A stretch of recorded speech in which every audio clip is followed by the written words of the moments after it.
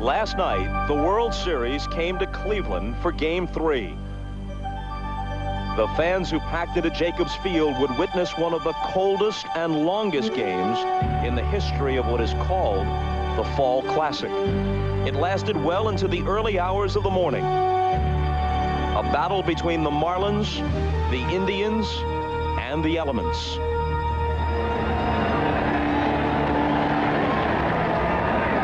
The 2-1 pitch is hit high and deep to left. Bitt Roberts to the wall. It's gone.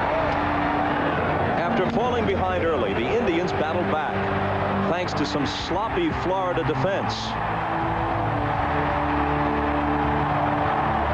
And some well-placed broken bat bloopers. The Marlins hobbled third baseman Bobby Bonilla tried playing through an injury, but the pain only got worse. Ramirez rolls it slowly. Bonilla coming in. Throws, double clutches, the ball gets away. 1 run is home. Now here comes Grissom. 2-run score. The Indians then added the long ball, building what seemed to be an insurmountable 4-run lead, while the Marlins simply limped along. That hamstring has to be on fire about now. But then the Marlins broke out the rally caps, and what do you know? It worked. Deep to right, and Eisenreich has connected. Goodbye. And just like that, Florida's back in it at 7-5. Soon the Marlins drew even when Gary Sheffield belted a game-tying double. Florida's remarkable rally left the Indians scratching their heads. Sheffield to the wall with a leap. He caught it. The play of the series. Heading to the ninth, the mercury was falling, but the drama was heating up. Rifles this one by the diving Fernandez. Bonilla is going to try for third with a sore hamstring. Here's the throw, and it gets by Williams. Goes into the camera well. And Bonilla's waved home. Playing on one good leg and all heart, Bonilla had begun a 7-run avalanche, putting the game out of reach. Said Indian manager Mike Hargrove, once they got those 7 runs, I began to notice how cold it was. Game 4 next. NBC Sports presents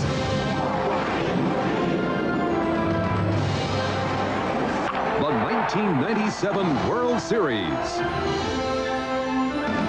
Tonight it's Game 4. The Florida Marlins versus the Cleveland Indians. Welcome to Jacobs Field, and my friends, these are ideal conditions for baseball if you happen to be a Penguin. It was snowing rather heavily about an hour and a half ago. Right now, it's been reduced to just flurries. Flurries are in the forecast throughout the night. As game time approaches, the temperature now is 35 degrees. The wind chill is 15. Temperatures are expected to drop to about 30 by the time this game ends, making it the coldest game in World Series history, at least until Game 5 tomorrow night. Hi, everybody. Bob Costas. I'll be joined later by Bob Uecker and Joe Morgan. Right now, they're off somewhere building a campfire. Let's take a look at tonight's starting pitchers. We expect to play this game without delay. A pair of rookies. They're dissimilar in that Tony Saunders relies on the changeup and Jarrett Wright is a hard thrower. To tell you more about that and take you through the pregame show, let's send it over to Hannah Storm and Keith. Pitch of Game 4 of the 1997 World Series, and now to introduce the national anthem, we send it to Cleveland Indians public address announcer Mark Trumba. Ladies and gentlemen, please remove your caps and remain standing for the presentation of colors by the United States Air Force, the United States Navy, and the United States Army. To honor America in the singing of our national anthem, please welcome the star of NBC's Caroline in the City, Leah Thompson.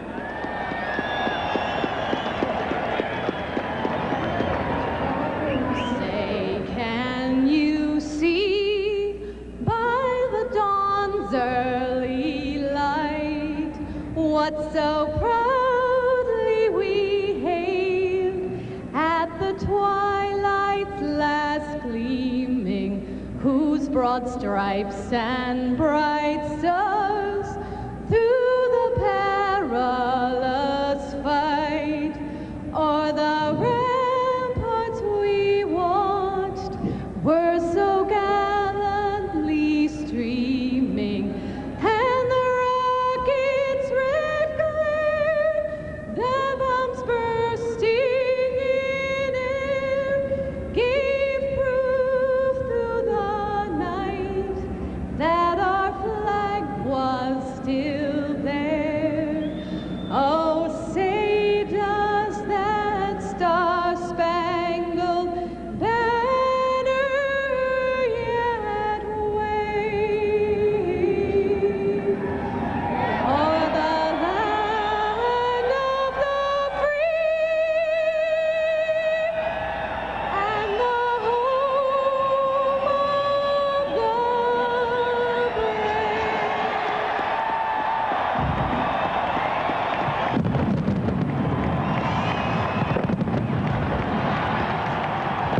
The first pitch of Game 4 of the 1997 World Series is next. We turn it over to Bob Costas, Joe Morgan, and Mr. Baseball, Bob Uecker, after these messages.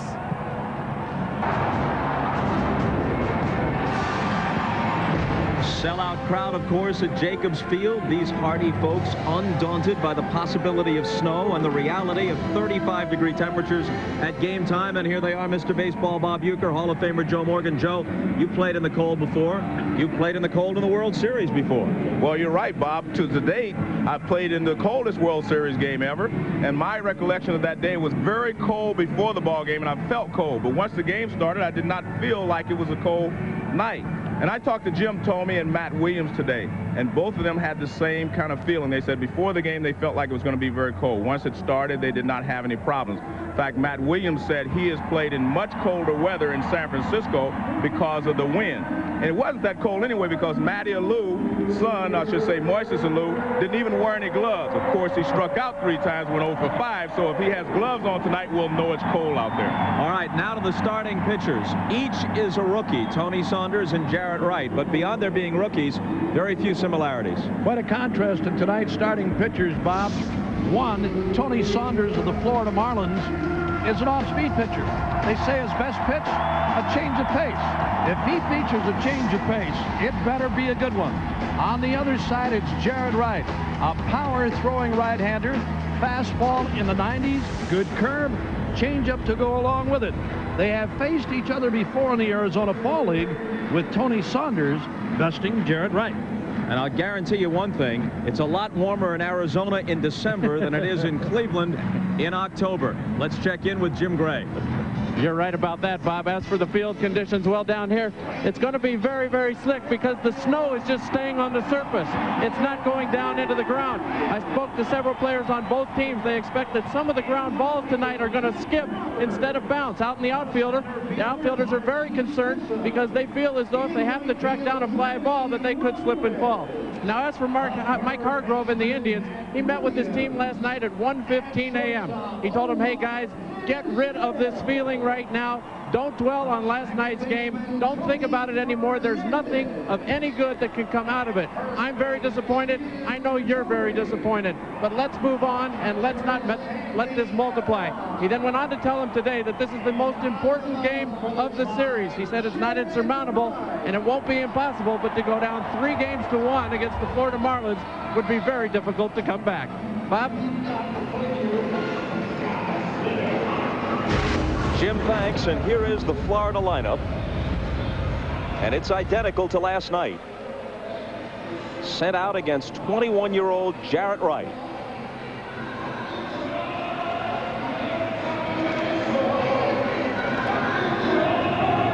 Now, Jarrett Wright features a very, very good fastball. He has a good curve and will change off his curveball from time to time. This kid does not pitch like a rookie. He has postseason experience. He'll come right at you. Loves to pitch inside. Very good fastball in the 90s. There is the defense. Behind Wright, Thome, Fernandez, Grissom. 3 costly errors in the 9th inning in last night's game. And a game that everybody here would just as soon forget, with the exception of the Florida Marlins. They came out on top.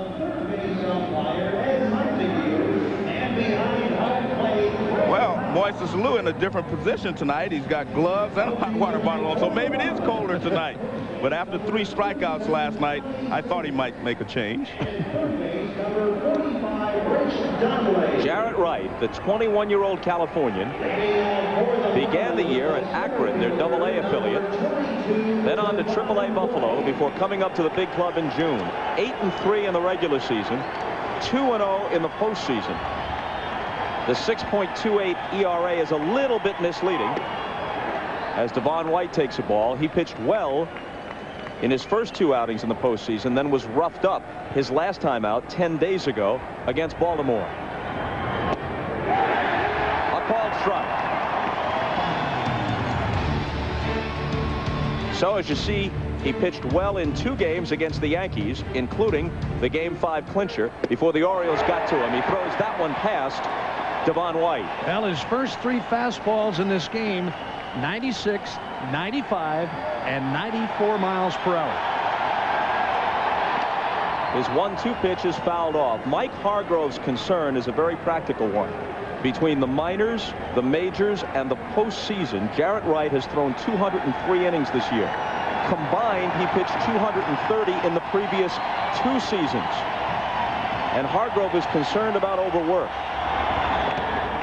Well, I've seen him pitch on 3 occasions this year, and he had trouble at the beginning in the first inning.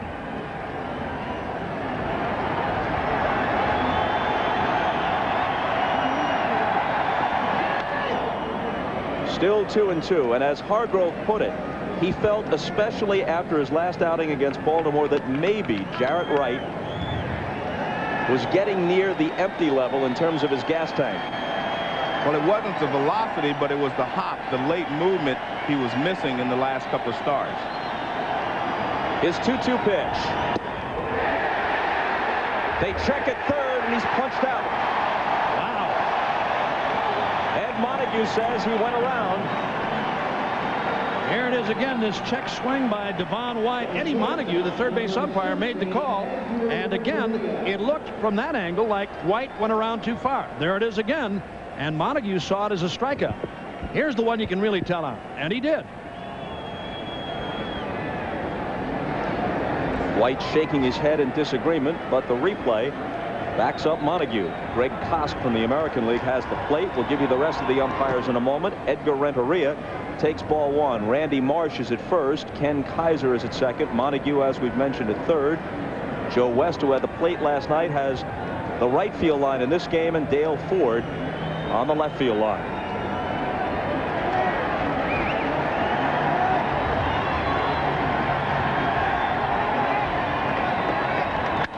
Renteria hits one into right, and it drops for a hit. A lot of the players talk about Jarrett Wright, and they say he's kind of cocky, and I can understand that. Renteria hit a base single to right field there, and he stared at him like, you're not supposed to hit that pitch. Let's take a look. Renteria is becoming a very good hitter. He goes the other way on this fastball. It looks like about belt high, middle of the plate in, and he shoots at the right field. This is what he does best. In fact, it is on the inner half of the plate. It's good hitting there by Renteria. And now Sheffield, who had a first inning homer off Nagy last night as part of a dream game. 3 for 5, 5 RBIs, and a great catch robbing Jim Thome at the wall.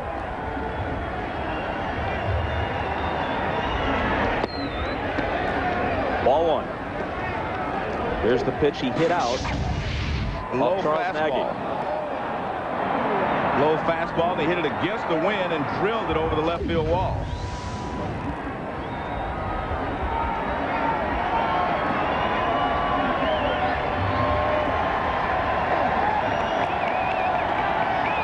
The 1-0 pitch. 2-0.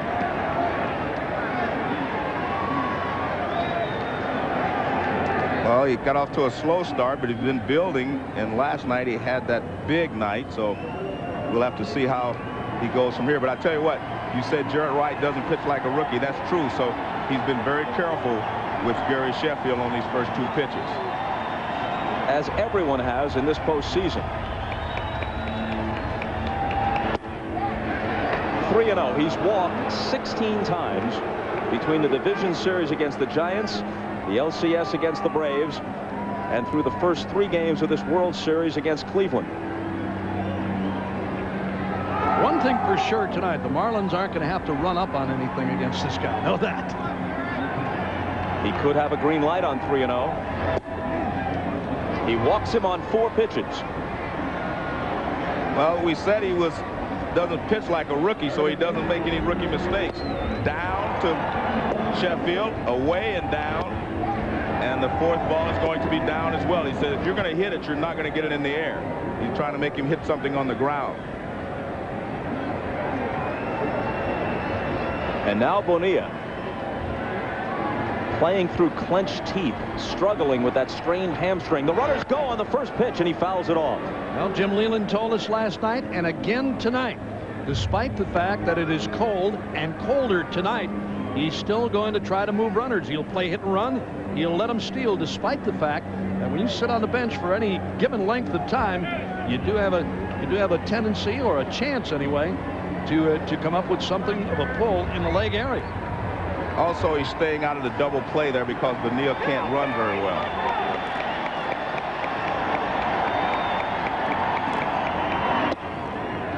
A ball and a strike. Jarrett Wright is the youngest pitcher at age 21 to start a World Series game since Brett Saberhagen of Kansas City beat the Cardinals in Game 7 in 1985.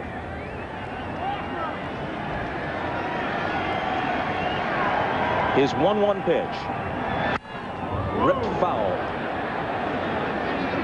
Well, that was a change of pace from Jared Wright. 84 miles an hour. He got it up on Bobby Bonilla, and Bonilla out in front of him. He doesn't throw him too often. Every once in a while. There you see it. Little change up. Bonilla out in front. He ripped it foul to the second deck. Here it is again. Off the inside, about belt high, and Bonilla out in front.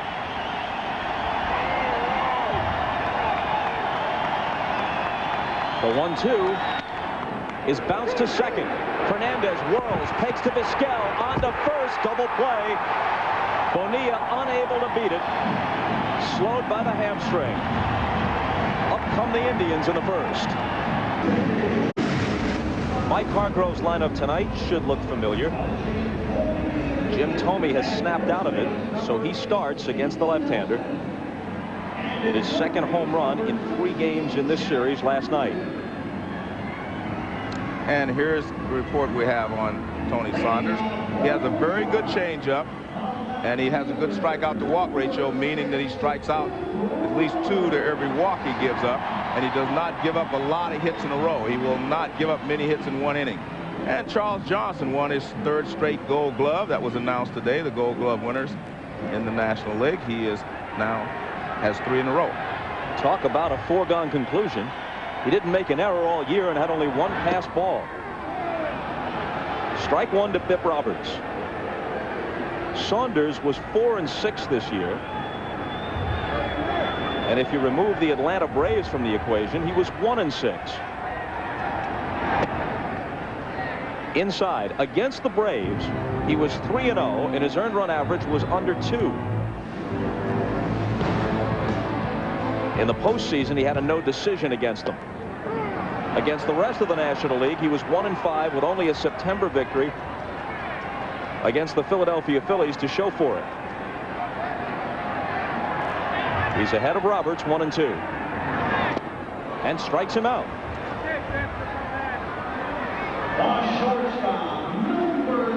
The Indians turned a double play to end the first inning. Now watch what Gary Sheffield does. He does not slide. He is trying to get Vizquel to throw over him and throw the ball away. The Yankees came into Vizquel a couple of times like that, and then finally he started throwing right at their head. When a guy comes in standing up, you're actually supposed to throw at his head. Yeah, 1 in the head will change your mind real quick. That'll get you down on the ground real quick. Ball 1 to Vizquel. Or even in the chest, Joe. Well, you're supposed to slide, so you have to get the runners down. If I hit him in the chest with my arm, it wouldn't have hurt him. So yeah, you had to hit him in the head. Yeah. Fastball for a strike. What a contrast between Jarrett Wright and Tony Saunders. Wright was a huge prospect. Everybody in baseball knew about him and coveted him. Saunders was undrafted. And there are some 60 rounds of the baseball draft, so multiply that by 30 teams and think of how many players were taken and how often he was passed over before anyone gave him a chance. 2-1 pitch, line to left. A 1-out single for Vizquel. Bob, if you're a scout, you're looking for the big hard throwers. You figure you can teach them the other pitches. You can teach them the off-speed pitches, but you do not like a guy that doesn't throw hard, and that's why he was drafted so low. Here's the reason. When he gets a fastball in the middle of the plate, they're going to hit it hard. And that was a fastball from Saunders, and Vizquel has not been swinging the bat well, but he hits a bullet to left field. One thing I would be careful of if I was the Marlins, that is throwing a lot of changeups. You're going to give Bobby Bonilla on the left side of that infield a lot of action tonight with all these right-handed hitters. Hey, take a look at Ramirez as he steps in the box. When's the last time you saw a guy wear socks like that? Are they up over his pants? They are, aren't they? He's not exactly styling, but I think warmth rather than fashion is the number one concern here. Here comes Santa Claus. That's a first for me. Here's the 1-0. In the air to right. Sheffield going back. Sheffield to the wall. Goodbye.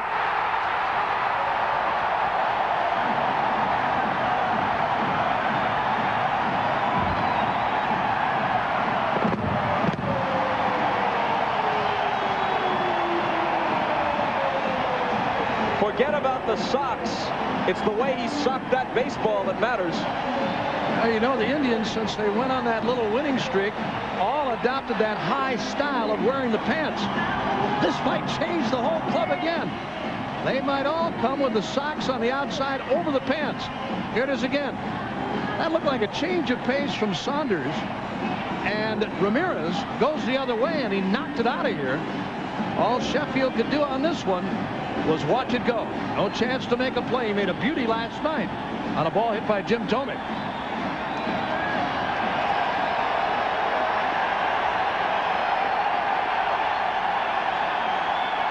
They're roaring at Jacobs Field as David Justice steps in. Strike one to him.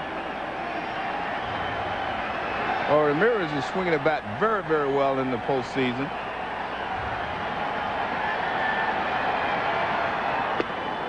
A ball and a strike from Manny.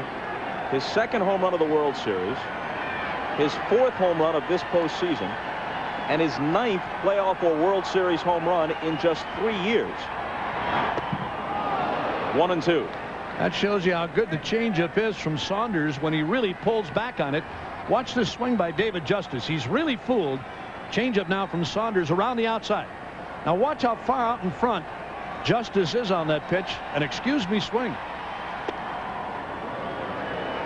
Count evens, 2-2. A lot of left-handed pitchers do not like to throw the changeup to left-handed hitters because they don't see the ball as quickly, so they normally do not commit as quickly as a right-hander hitter does against the changeup. Struck him out. It's his second strikeout of the inning. But in between, a single by Vizquel and a 2-run homer from Ramirez. Well, he starts Justice off with a fastball on the outside corner. Curveball hangs. There's the changeup. Another fastball away and another curveball right there at the end. So he got him with a curveball. He threw him a changeup. He saw all of his pitches.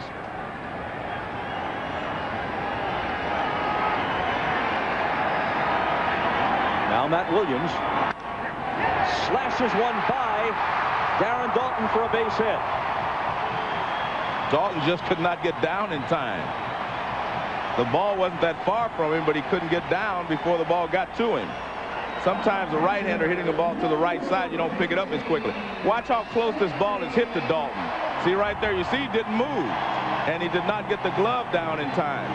Watch Dalton in the background. He doesn't move, and the ball's right near him, and he just can't get the glove down in time enough to make the stop. He looked like he lost that ball for a moment, Joe. It looked like he almost leaned back toward the bag as the snowflakes start to fall once again.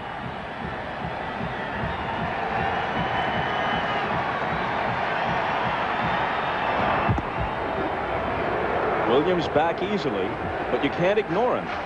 He stole 12 this year.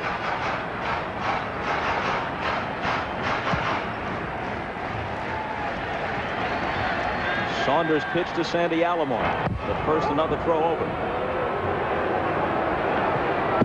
It is easier if you're going to attempt to steal it with Charles Johnson behind the plate to have a left-hander on the mound. Left-hander's delivery to the plate is slower, and you can take off on his first break and get a great jump on him. A strike to Sandy.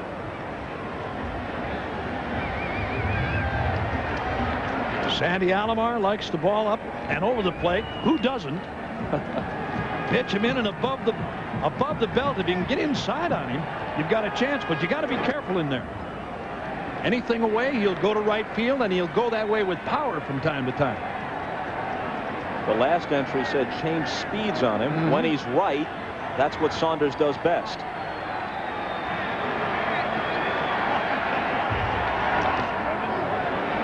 Two balls and a strike.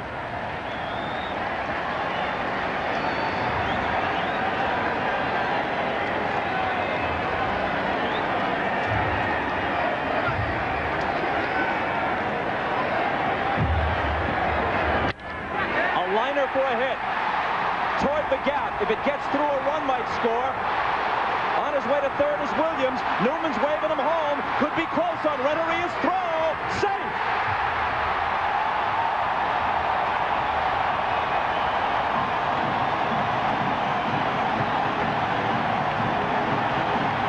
Great slide at home plate there by Matt Williams to avoid the tag.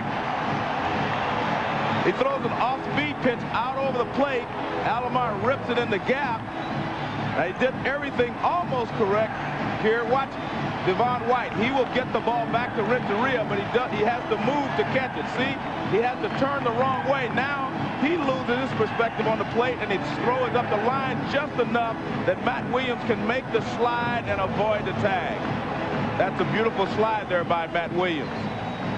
Here we see it again. Watch Devon White. Now his throw is just enough offline that Renteria has to turn. Now he has to try to find the plate quickly, and he misses home plate, and Matt Williams is able to avoid the tag. Boy, that's a thing of beauty. Williams slide, Johnson's lunging tag, Kosk with the call, safe at the plate. Again, one more time. Matt Williams now watch his slide toward the inside, and he beats the tag of Charles Johnson. Beautiful, beautiful play, beautiful slide. Looked like Ty Cobb the way he hooked the toe in there. Well, it's amazing when you see a ball hit like that. And again, Eddie Montague on a check swing this time by Tomei said he went around too far. But, you know, if everything is right, if the relay is perfect and that shortstop throws a strike to the plate, he's gone.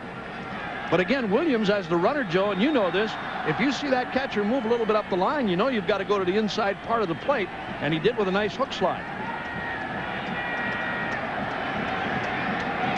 Now the 0-2 pitch to Tomei. Misses.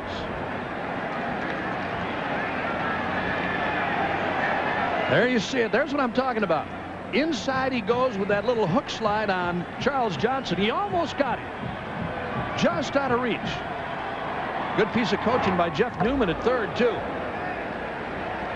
And another good piece of hitting by Sandy Alomar, whose double brings home the third run and now gives him 13 postseason RBIs. You know, Jim Leland told us before the game tonight, I asked him about Saunders and his selection of pitches, talking about the changeup. I said, what would he throw, about 30%? He said, yeah, in that area, 30 to 35. That might be too much tonight.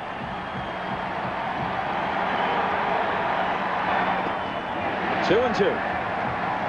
But if that's his best pitch, Bob, he's going to have to throw it, or he's not going to be around anyway. Well, but I'm saying, Joe, if those guys start setting changeup, you don't see hitters set changeup too often. And he's got a good fastball, fair. I mean, he'll pitch inside. He's not afraid to come in there. We know that. He's got to figure a way to get ahead of the hitters. Then they can get him to chase the changeup that's out of the strike zone. But he hasn't been able to get ahead of these right-handed hitters. Full count.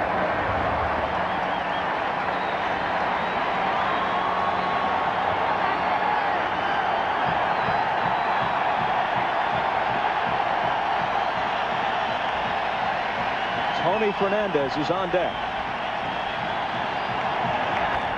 A little check swing roller back to Saunders. And the Indians are out in the first. They've scored in the first inning of all 4 games of this series. Williams racing home ahead of Renteria's relay to make it 3-0. It takes the largest airship in the United States to handle the winds tonight, which are gusting to 40 miles per hour at 1,000 feet. The locally based Goodyear blimp Spirit of Akron providing the aerial shots. I'm sorry. Jarrett Wright, staked to a 3-0 lead, faces Darren Dalton in the second.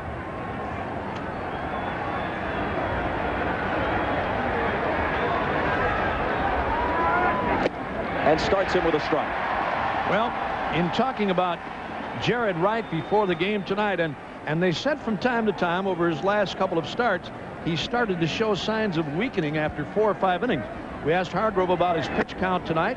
He said when he gets into that 100 to 110 pitch range, we really start to keep an eye on him.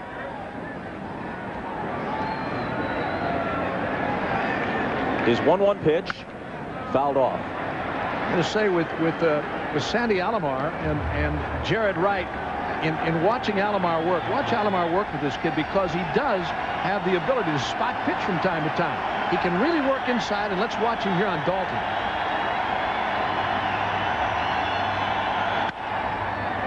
Bounce to Fernandez. 1 out.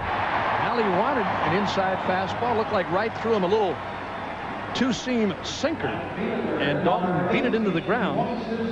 There's one away here. Here it is again. This is Wright now. This is a two-seam fastball. Watch this ball sink a little bit. There you go. Dalton right on top of it. Alomar wanted that pitch inside, but he gets the 4-3 ground out anyway. Now, as you take a look at this matchup, you've got to believe there's something to this genetic stuff. Moises Alou, the son of Felipe Alou, bounces it to Matt Williams, who takes it on the short hop and throws him out. Meanwhile, Jarrett Wright, the pitcher, the son of former Major League left-hander Clyde Wright, throwing to Sandy Alomar Jr., obviously the son of former Major Leaguer Sandy Alomar. There's a tough play for Williams right there. That's not a short hop. This is that in-between hop. Watch this. He didn't know whether to go back. Now finally charges. Made a heck of a play to throw him out. Eisenreich. His home run started the comeback last night for the Marlins. They were trailing 7-3. He jump-started them with a 2-run shot into the seats in right.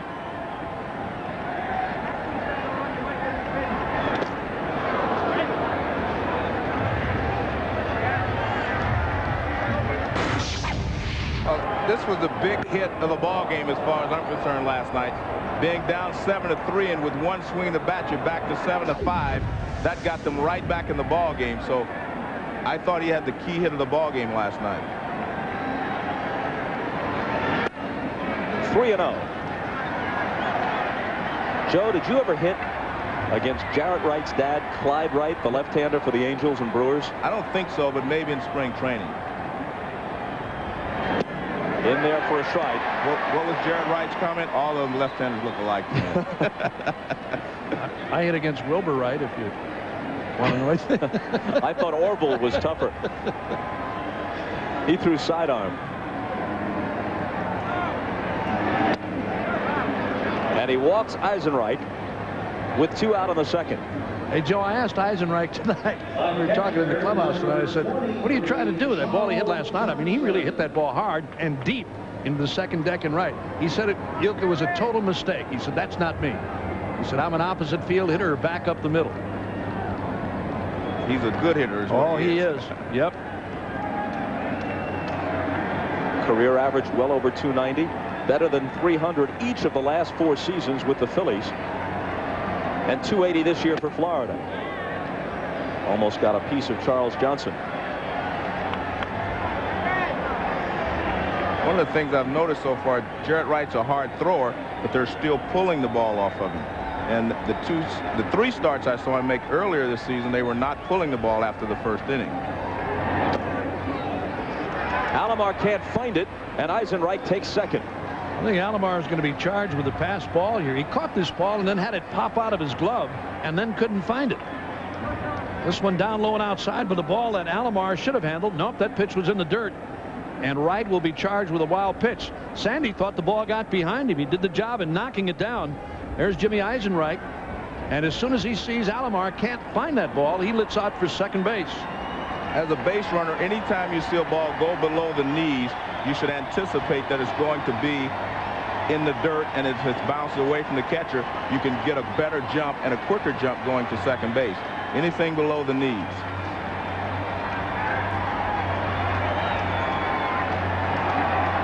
Here's the 2-0. In there.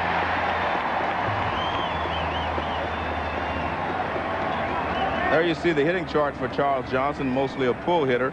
And I think most of those balls were early in the season. Now he hits the ball pretty much back through the middle and to left center. 2-2.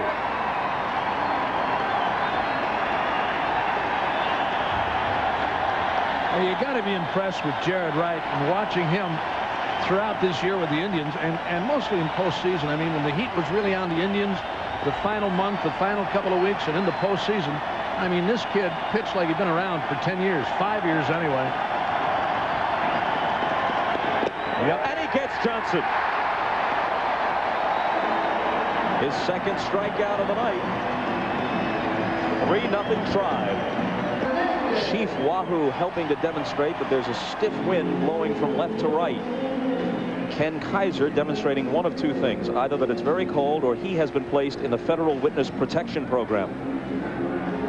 Renteria adopts the same look and says, you know what, in Colombia, it doesn't feel like this.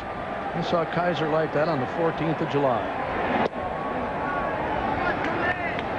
Fernandez, the hitter, taking ball one as we go to the bottom of the second. The Indians lead it 3-0. That's a strike.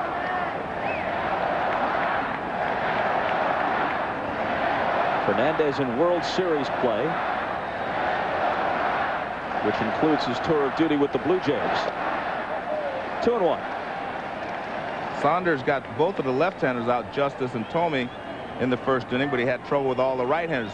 He's going to have to figure a way to get ahead of the right-handed hitters to make his changeup effective. And he's going to have to do that by spotting his fastball better to start with, or throwing some curveballs to get out in front. You're not going to get many people to chase the changeup out of the strike zone unless you're ahead in the count.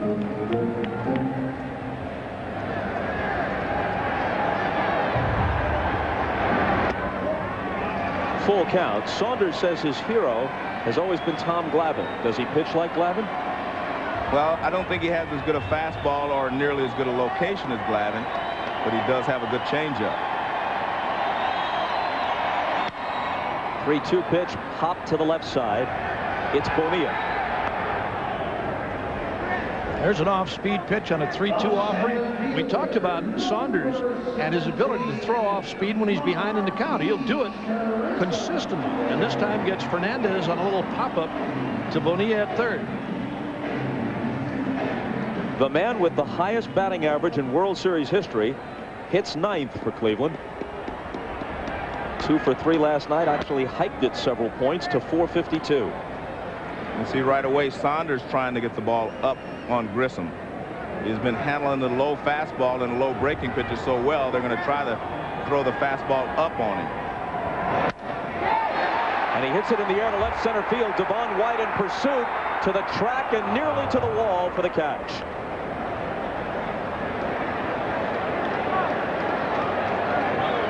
Two down in the Indian second. While you're watching tonight's game, you can also go online to MLBWorldSeries.com and chat with Barry Larkin about the game and the series.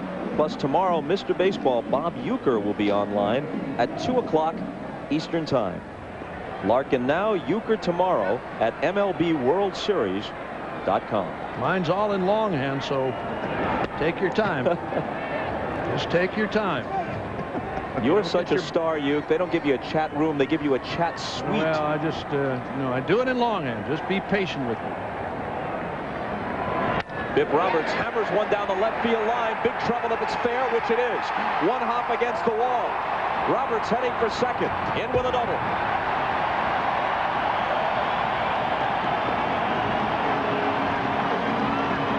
Now this is a pitch upstairs and inside on Roberts. Watch this. It's up and in. About belt high. Roberts turns on it. There you got a better angle. You see how far that pitch was inside on him. And he hits it to the wall and left. 2-out double. I think, Joe, when you talk about Saunders, despite the fact that he tries to pitch upstairs every once in a while, his strong suit is still down. A strike to Vizquel. I felt like they were going to have to change their pattern on Grissom because he's hit all low pitches, so they're going to try to pound him up. I don't think he's going to try to pound too many of these other right-handed hitters up. They check it first, and he laid off, says Randy Marsh.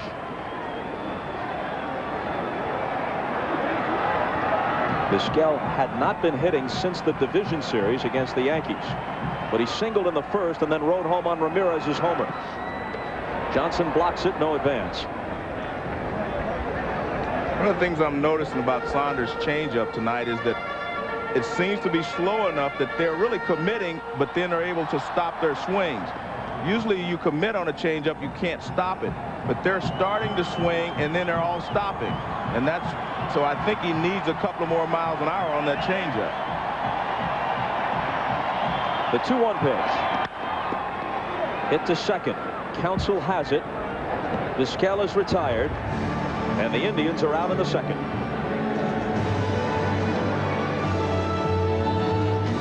Jarrett Wright's season began on April 10th in Akron, Ohio. A strike to Counsell. He was the pitcher for the Akron Arrows of the AA Eastern League against the Harrisburg Senators. In New Canal Park, which is sort of a mini Jacobs Field designed by the same people, in front of a crowd of 7,000, he won that game. Now, some 6 months later, he's on the hill in front of a packed house at Jacobs Field, millions more on television, Game 4 of the World Series.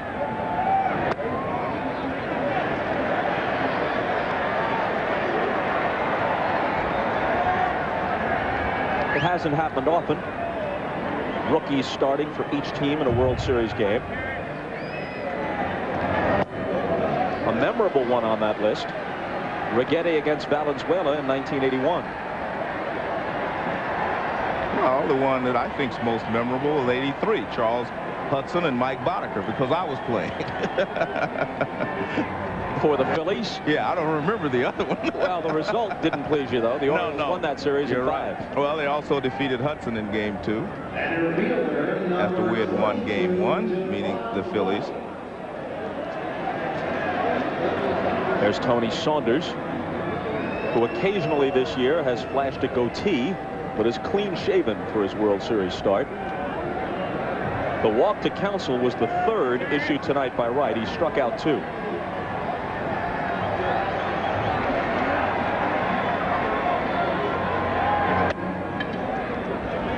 Ball 1 to White, who struck out to start the game. Well, Jared Wright has walked 3 now. He's struck out a pair, only in the 3rd, and he's thrown a lot of pitches through 2+ innings.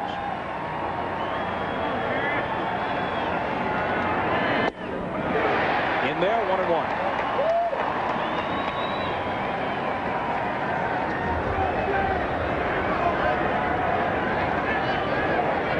Rich Donnelly, the third base coach, relaying the signs from Jim Leyland. Counsell leading away.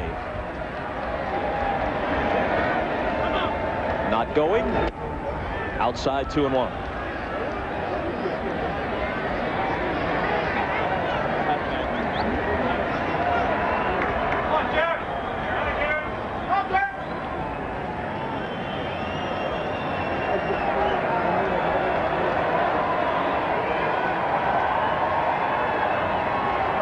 Counsell doesn't go, and White fouls it off. You know, in watching Alomar give his signs here to Jared Wright, he keeps looking into the Indians' dugout. See if somebody in there is relaying signs. Mike Hargrove told us he doesn't like to do that. Well, most catchers look in with a man on first because they're looking for the pitch out. The bench calls all the pitch outs.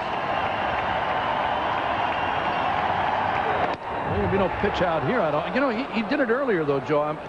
It was just pitch after pitch too. It wasn't, you know, in a particular sequence. And again, I don't know if Hargrove is thinking about right here or not.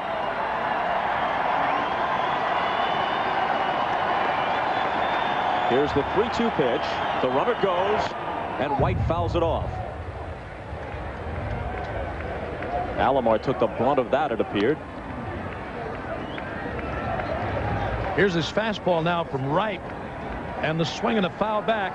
Yep, that one got Alomar in the mask, turned him around a little bit, but he's all right.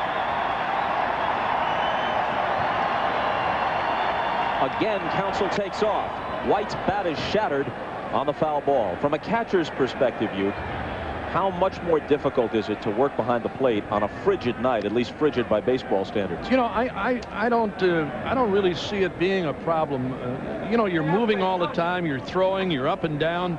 If there's anybody in the ballpark that's comfortable on a night like this, and I think we talked about it before, it's the pitcher and the catcher. I mean, even your hand, you're pounding the glove all the time. Your hand stays fairly warm, and I don't think any catcher has any kind of a problem. He shouldn't have anyway, throwing or gripping the baseball.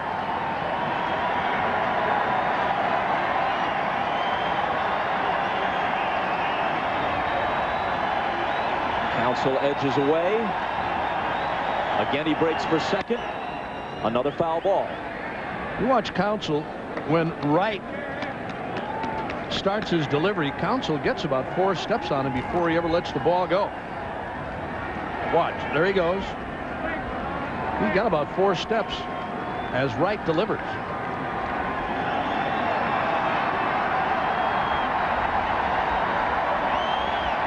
The Marlins rallied from 4 down last night. They trail by 3 early here in Game 4. Counsell gets back.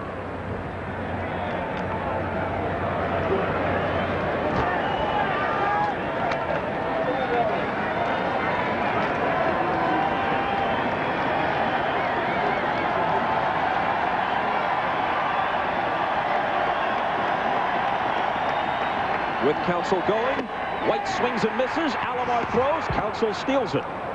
Alomar had no chance on that. Counsell actually took off before Jared Wright even started his delivery to the plate.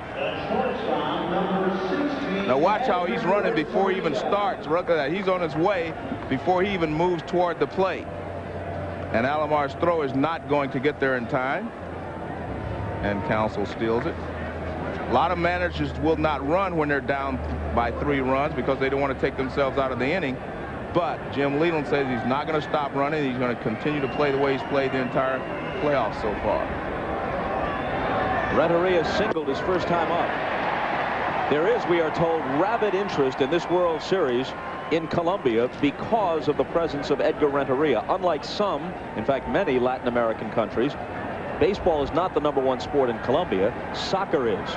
But Renteria has the status of a rock star or movie star, we're told. Slices it foul into the Marlin dugout. That's about how a rock star would hit an inside fastball too. he kind of got tied up on that one. Sort of like a celebrity softball game. Kinda. Yeah. And a weak cut by Steven Tyler of Aerosmith. Here's the 0-2. Fouled away. Appropriate reference, though, with the Rock and Roll Hall of Fame just across the street. Yeah. Have you stopped over there, you? I've been over there 3 or 4 times. Matter of fact, after we got out of here last night at about, well, it was actually 2 in the morning. I went over there and beat on the door for about an hour and a half and went back to the hotel. They told me they led you away raving about Phil Spector's Wall of Sound. There it is. Cleveland does rock, especially at World Series time. And Renteria fouls it off again. Maybe we can get another shot of that Rock and Roll Hall of Fame. It's a very distinctive building designed by the famed architect I.M. Pei with those distinctive geometric forms that he favors, glistening in the Cleveland night.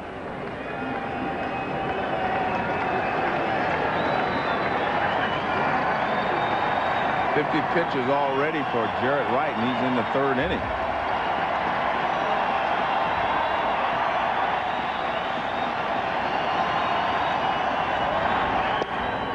Down low.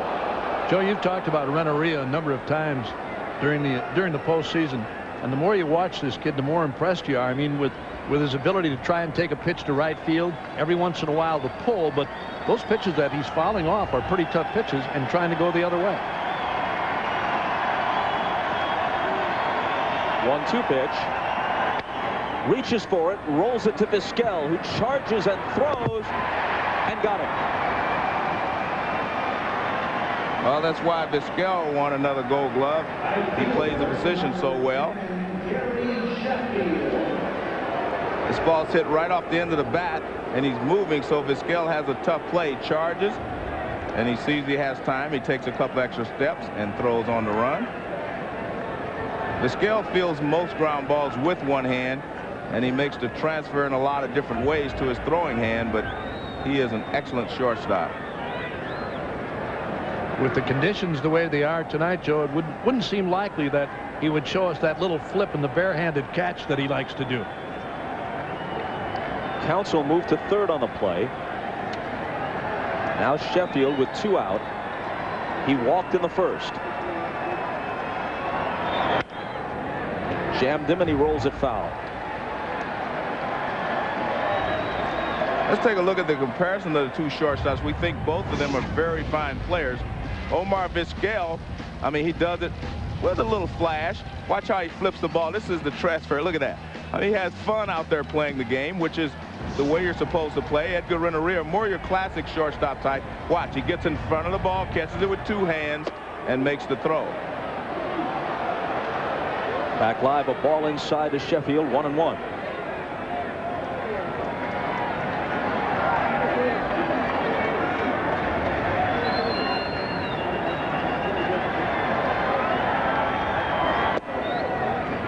Two balls and a strike. The first fastball that Jarrett Wright threw to Sheffield in this at bat let him know that he's not afraid of him inside.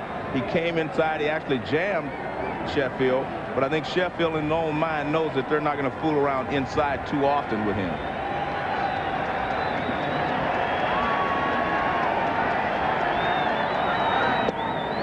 Called strike. Borderline breaking ball that time. Greg Kosk liked it. I don't think Sheffield was all that thrilled with it, but here's Jarrett Wright's breaking ball. That's a curveball that he sometimes takes a little bit off. He'll use it as a change of pace from time to time. Full count to Sheffield. Sandy Alomar telling Wright to stay within yourself, take your time. Got 2 outs here. So breaking ball to Sheffield, 3-2.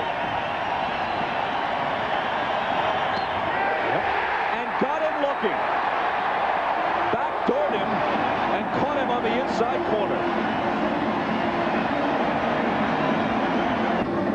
Let's take a look at this last pitch to Gary Sheffield. Now watch, look at his left shin. That is the left shin guard of Sandy Alomar Jr. Watch him. He reaches, he reaches, he reaches. Now he catches the ball here. Now watch him pull the ball all the way back across trying to get the strike. See where he catches, and then watch where he moves the ball. The glove, look at that. I mean, and he got the call. Close enough. Well, usually if you make that kind of movement with your glove, you're not going to get the call on a play like that. And that was, timeout was called, so that is no pitch.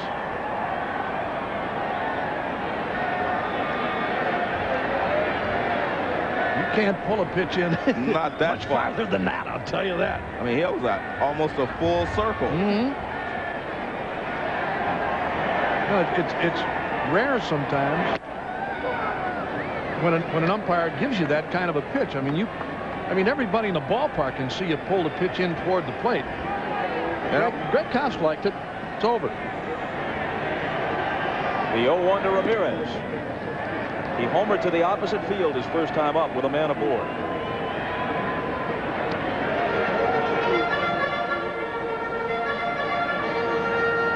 It's 3-0 Cleveland as they bat in the 3rd, trying to even the series at 2 games apiece.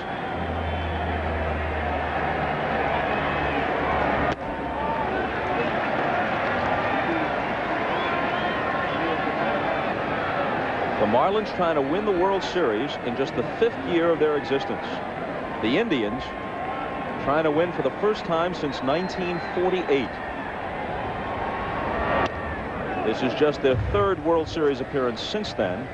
The 1954 team that was one of the very best for a single season lost to the Giants in 4 straight. The 1995 team was the next to make it, and they were a great team for a single season, one of the best of recent years. Lost to the Braves in 6. Jimmy Leland, the hot water bottle. Full count to Ramirez.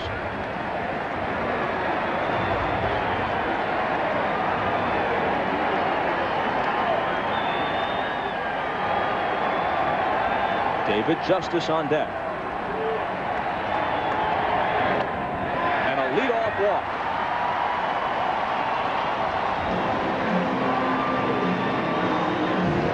We've got football for you, of course, on Sunday. A doubleheader on NBC. It begins at noon Eastern with the pregame show. Then in game 1 of the doubleheader, most of the country sees the Broncos battling the Bills. Then in game 2, Mark Brunell and the Jaguars against Cordell Stewart and the Steelers, or perhaps regional action. It begins with the pregame show at noon Eastern Sunday. If there's a game 7 in this series, we'll follow that NFL doubleheader with it on Sunday night from Florida. Justice running up and bunting foul.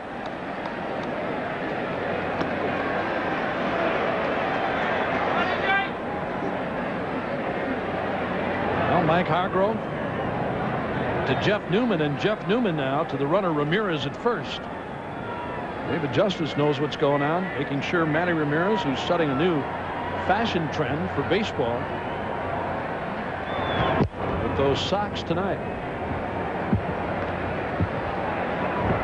Over the uniform pants rather than tucked inside. I'm surprised he doesn't have them over his shoes.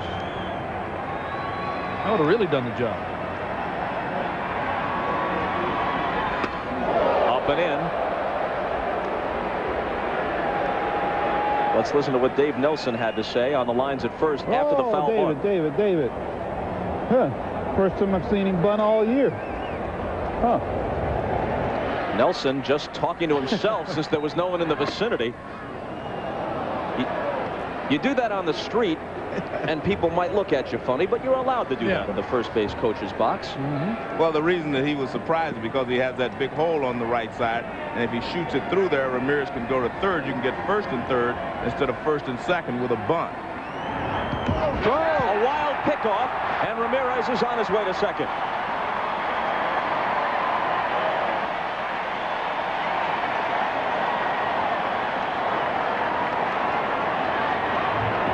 I'm not real sure why you're so worried about Ramirez at first base, because you've got Charles Johnson behind the plate, and he deters all these base stealing threats. Right there, the ball just gets away. Good job by Counsell at second base to back up.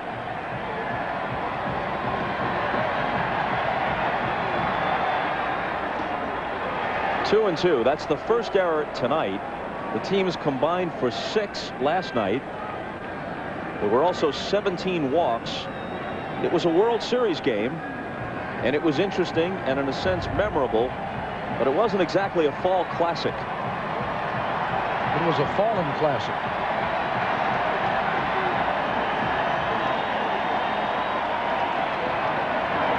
Two-two pitch, bounce to short. Renteria backhands, tries to plant his feet and throws high.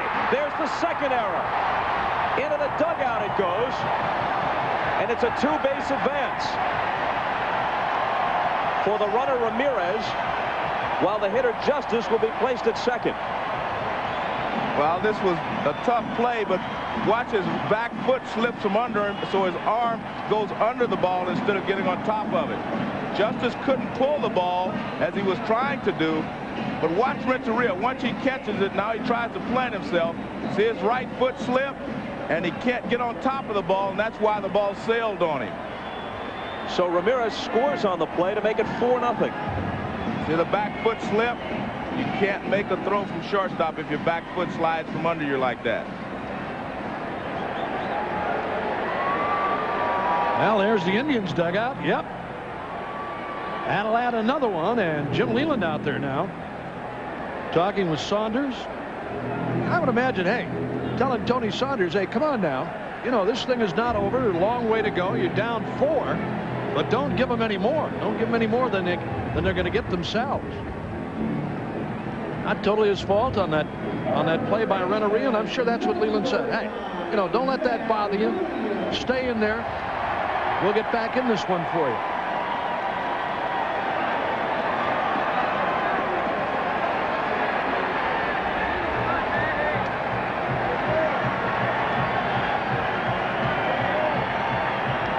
Williams, who singled and scored his first time up. Taking ball 1. Justice is at second base. A walk and a couple of errors in this 3rd inning. And another run tacked on by Cleveland for a 4-0 lead. And they had a 4-run lead last night, 7-3 in the 6th inning. And the Marlins came back. This is very early in the ball game.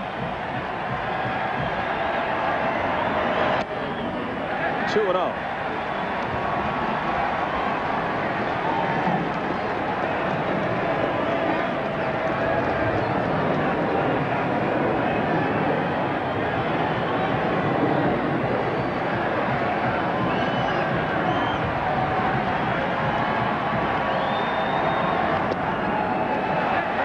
That misses 2. 3-0 to Williams. I am convinced that his changeup is too much slower than his fastball to get these Cleveland Indians hitters to chase it. His fastball is clocking around 91, and that changeup is around 76. That's a little too much difference because they start after the changeup and they're still able to check because it's so slow. Looked like he might have had a green light on 3-0, but didn't find the pitch exactly to his liking. Right on the outside corner, Bob. It looked like Williams was going. Alfonseca and the Marlins bullpen getting ready.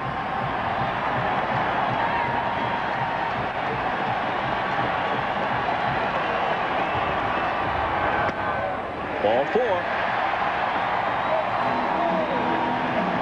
2 walks, 2 errors in a 3rd inning that is not unfolding well for Jim Leland.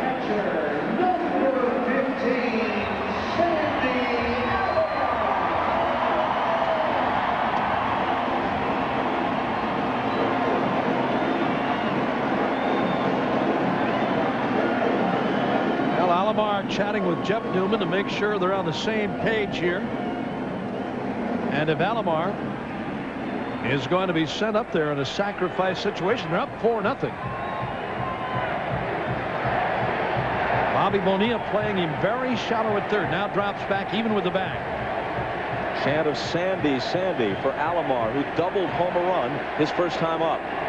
No sign of the bunt as he takes high.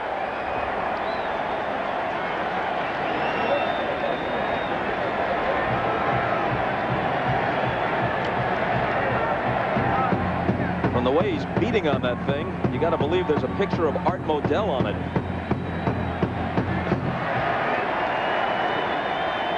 The 1-0 pitch.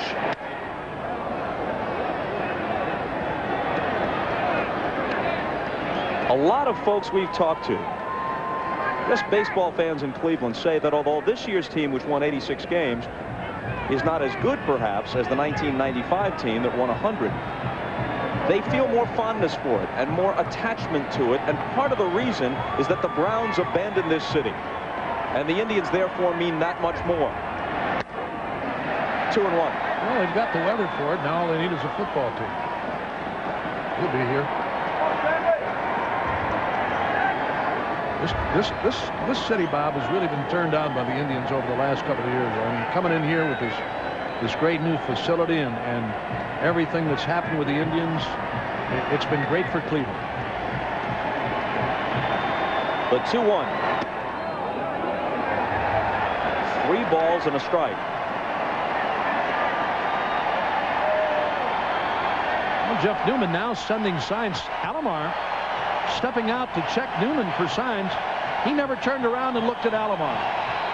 He was working signs to the runners at 1st and 2nd.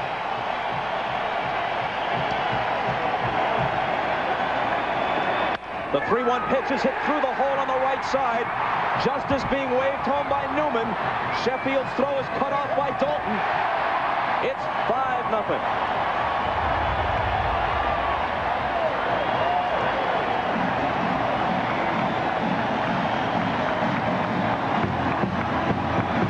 Looks like it's a high slider, a high breaking pitch, yes.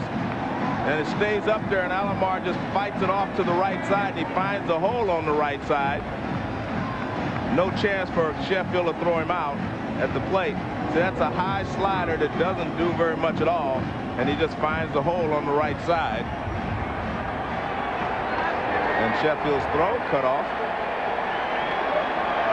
The bench now says we have a 5-0 lead. Tomey out on a check swing grounder to the mound his first time up. Well, Bobby Bonilla heading toward the mound again to talk with Tony Saunders.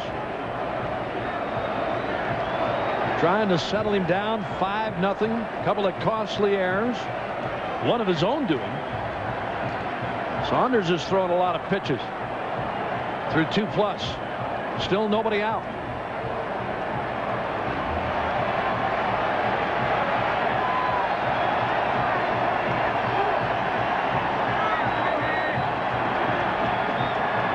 Well, we've watched for the last couple of innings. We have not seen any hitters chase anything out of the strike zone. So you have to give the Indians credit because they are patient at the plate in getting pitches to hit. Called strike, 1-1. One thing that Mike Hargrove said about Jim Tomey being in the lineup tonight, he said it just might take the changeup away from Saunders as far as Tomey was concerned. But his first time up, Bobby hit that little check swing back to the mound on a change of pace.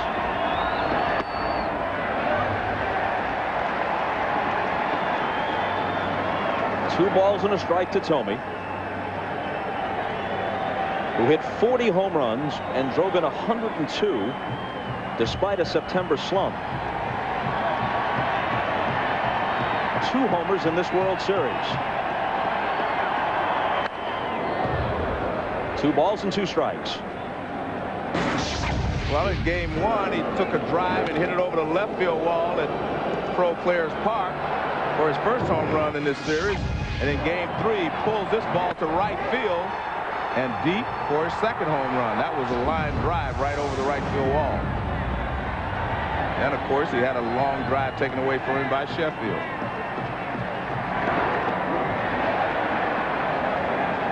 Full count to Tomey, who in all likelihood is the last man Saunders will face. You've got the switch hitter Fernandez on deck, who is a much better hitter right-handed than left. And Alfonseca continues to throw. And then Grissom, a right-handed batter, follows Fernandez.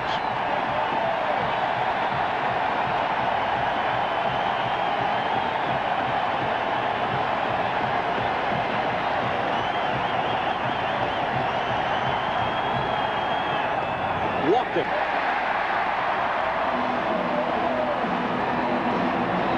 The bases are loaded. Still nobody out.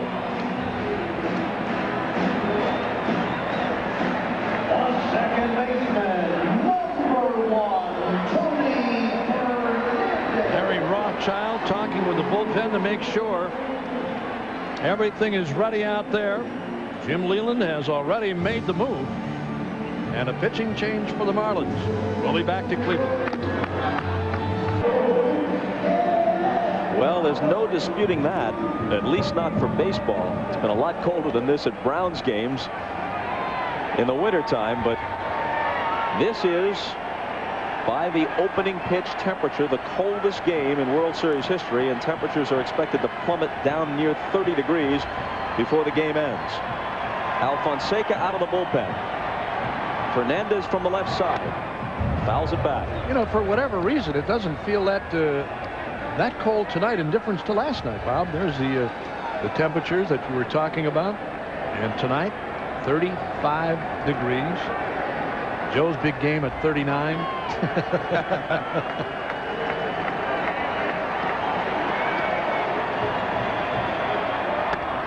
High and away to Fernandez. Let me see that graphic again. Did I see Pilgrims at Pirates? Forerunners of the Red Sox, the Pilgrims at the Pirates. I believe Miles Standish was the Pilgrims starting pitcher that day. 1-1 pitch, line to center. The Indians pour it on. 1-run home, and they'll play it station to station. 6-0 on the Fernandez hit.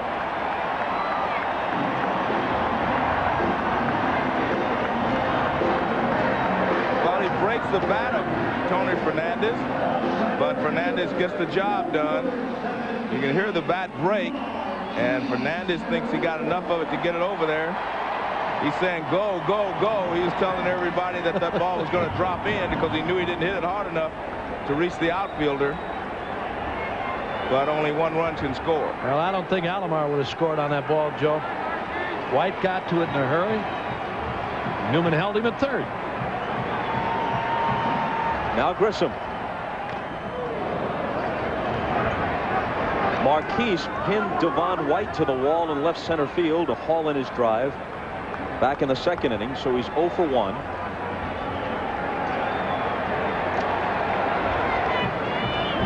Mike Hargrove told us before the game that he doesn't like to get big leads early. I got to believe that he's feeling pretty good right now, in difference to Jim Leyland. Yeah, I think this is preferable, Absolutely. actually. Yeah, that's absolutely. That's Boy, is he scared. Manager. Usually they say on the other side. Usually they say, give me the lead, and I'll figure out how to hold it. Yep. 1-2 to Grissom, who is 2 off the World Series record in terms of a hitting streak. He's hit safely in all 15 World Series games in which he's participated over the last 3 years. Hank Bauer of the Yankees hit in 17 straight.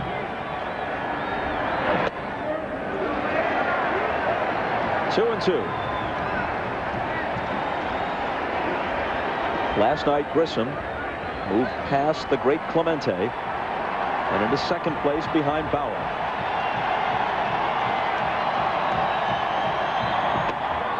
Called strike 3 on the inside corner.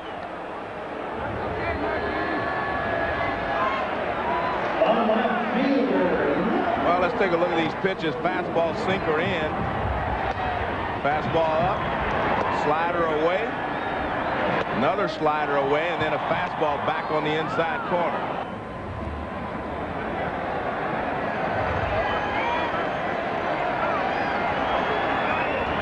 "22 minutes into the bottom of the third. The Marlins record an out. The infield is up with Bip Roberts at the plate. He's struck out and doubled.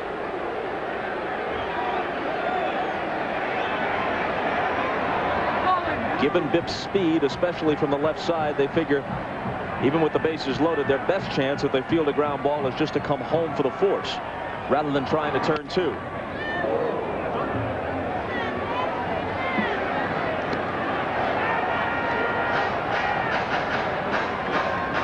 Alomar is at third. Tomey is at second. Fernandez at first.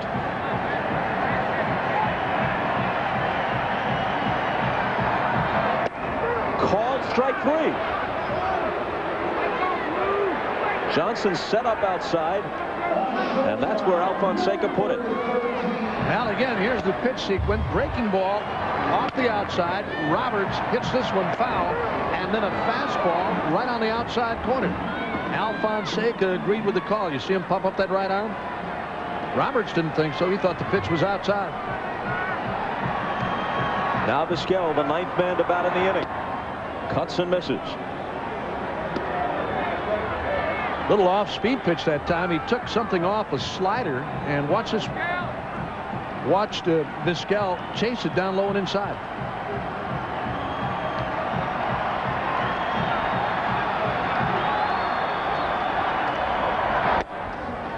One and one.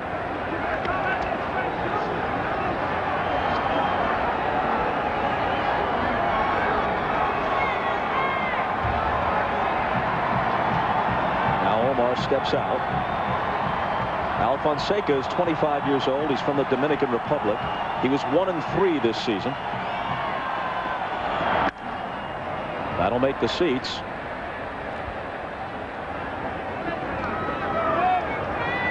Alfonseca's a big guy, 6'5", 235.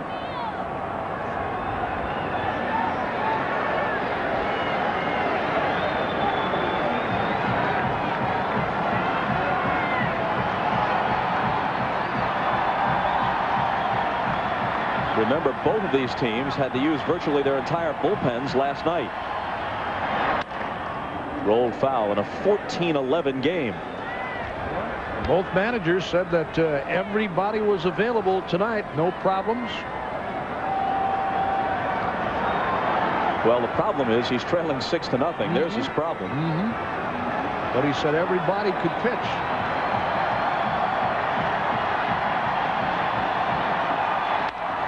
Popped up. Counsell.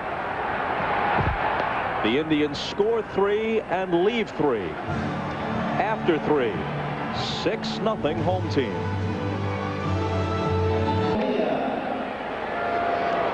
The Indians lead game 4, 6-0 as we go to the 4th. And look at this, it's actually warmed up a bit. Around 38, it was 35 at game time. And the wind chill, we're told, has gone from 15 to 19, making it downright comfortable. Take this coat off. Get rid of this shirt. Turn that guy around. There's a number on his back. It's getting to that time of the year. Deer hunting. Bonilla starts it against Wright and takes a ball. For whatever it may be worth, the Yankees overcame a 6-0 deficit in Game 4 of the World Series last year. The pivotal game in their series against the Braves. The one in which Leyritz went deep off Mark Wohlers. Steaming hot cup of joe favored by Devon White.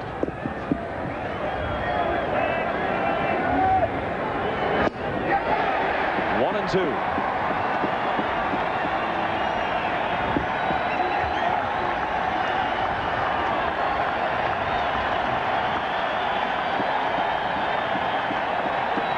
Bonilla lines one to left. Coming on is Roberts.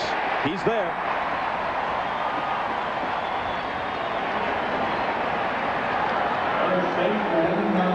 Bobby Bonilla nailed this ball. Line drive. Here's the charge by Grissom. Now watch. That ball really took off on him. Bonilla really hit it hard, but he's gone. Snow starting to fall again. As Darren Daulton connects on one, and this ball is off the wall at the 375 sign. Daulton heads for second, in with a double.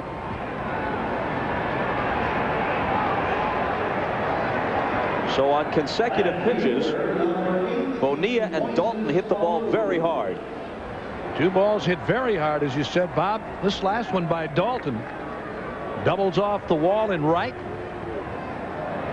That ball really carried Manny Ramirez. A nice play on it. Throw a little bit off target. Daulton in there with a one-out double. Dalton's had some very good swings the last couple of nights, Joe. Well, he's a very good hitter. I mean, he's a patient hitter. He knows how to get the hitter to bring the pitch to him. He doesn't go out of the strike zone too often. A ball to Moises Alou. Clyde Wright, former Angel, Brewer, and Ranger, won exactly 100 career games. Watching his son pitch in the World Series. Inside, Clyde Wright was a completely different kind of pitcher, a left-hander to begin with. And really his key pitch was a screwball. He didn't have overpowering stuff. The other day he said, you know, I'm thrilled for Jarrett, but I just wish that I could have his stuff for one day. Yep. Go to the mound one day with this kid's stuff. Oh. 3-0. He probably got knocked out in a second. No, you watched him pitch, Bob. Clyde Wright. Here's that last fastball from Jarrett. High inside fastball. Backing Alou out of there. Here it is again, riding inside on him.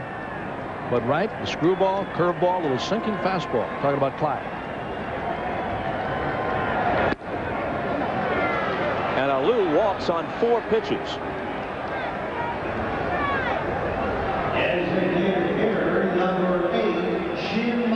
The pitch sequence. Well, his speed is down. The 2 breaking balls, now the 2 fastballs. This one up and in was only like 80-something miles an hour. That one's back to the 95, but his speed is jumping all around here. I don't think he's getting his mechanics down right. He's having problems with his mechanics. He's starting to leave a lot of balls up. Mark Wiley, the pitching coach, keeping track of all this. Eisenreich. He started the Marlins back with one swing last night. If he duplicates it, they cut the lead in half. Dalton at second. Alou at first. One out on the fourth.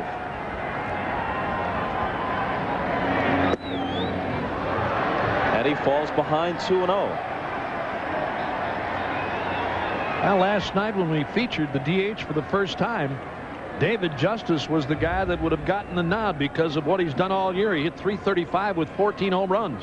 But it was Jim Eisenreich in last night's game, 2 for 3, including a long home run. And Mark Wiley out there now trying to settle Jarrett Wright down. Started with a high fastball on Eisenreich, then missed with a low curveball. And again, he's up in that pitch count. We talked about him back in the third. He had already thrown 50 plus. Indians bullpen is quiet though.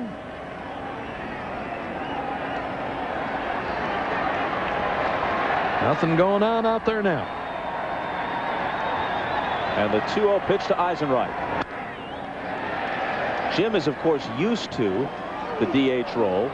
Had a long stretch in the American League with the Royals and the Twins.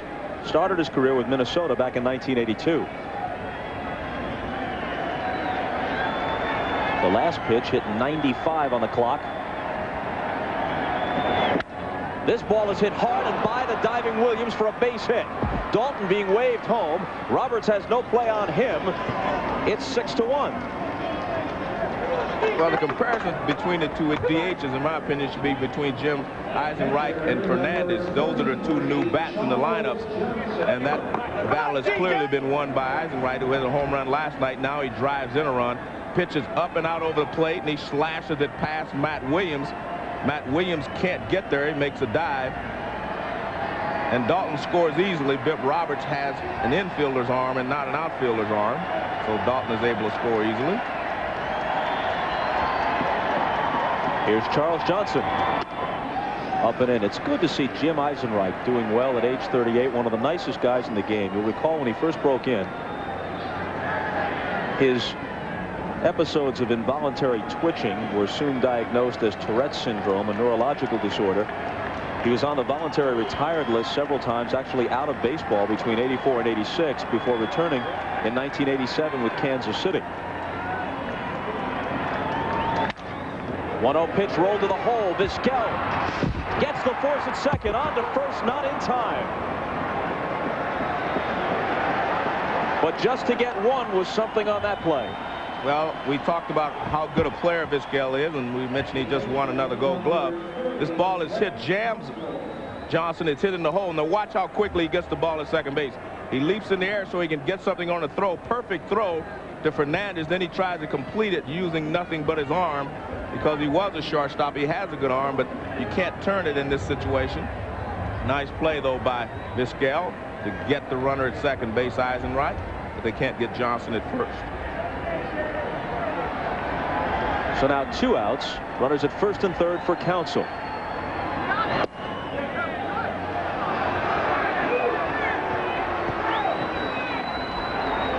Ball 1 to him to finish up about Eisenreich, who was erased on that force. The Tourette syndrome is now under control, allowing him to play baseball for the past decade.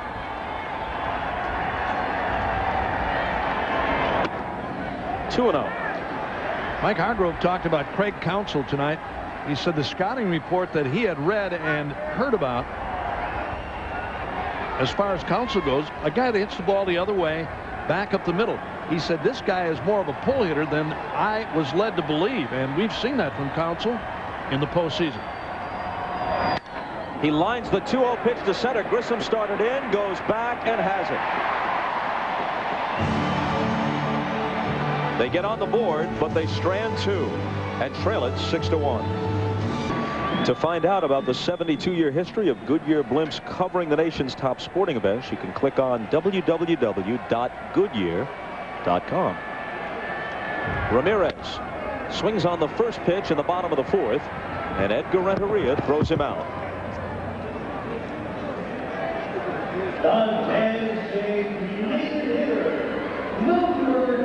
Well, the Marlins need the same kind of job from Al Fonseca that they got last night from Heredia to hold the Indians in check and give his team a chance to bounce back, get one here, one there, and then maybe have a big inning.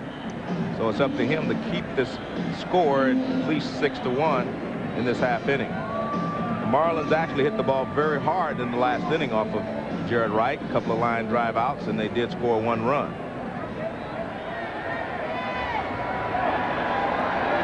Justice is struck out and reached on an error. Inside to him.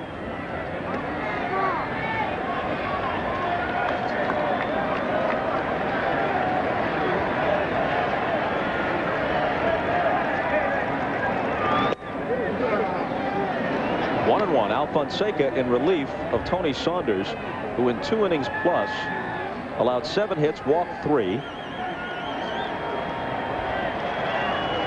and was generally ineffective.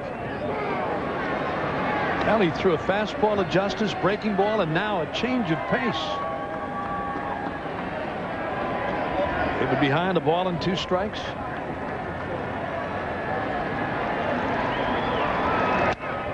Foul back, all 6 runs. Charged to Saunders.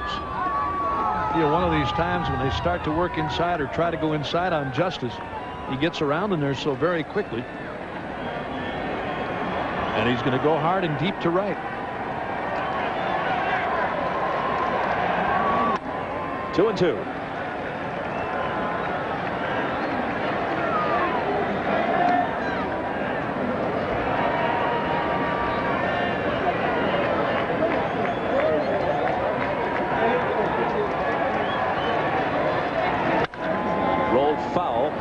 One good thing about playing this game under DH rules from Jim Leland's perspective, if Al Fonseca continues to pitch well, he can save his bullpen a little bit by letting him go a few innings instead of having to hit for him when the 9th spot comes up in the order.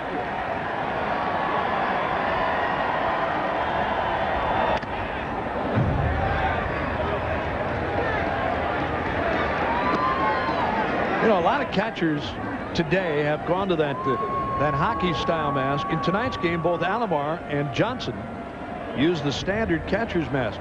Every guy that you talk to, every catcher that wears that new style mask, say they're much more comfortable, and you don't feel the shock as much on a foul ball.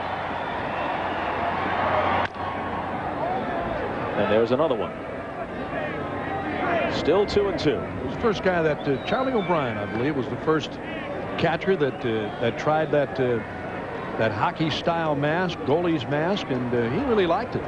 Well, it's definitely more protective. I mean, from the backswings of hitters, gives you a little bit more protection. Well, guys, everybody today wears a helmet anyway, but that, for the most part, catchers say it's more comfortable and more protective.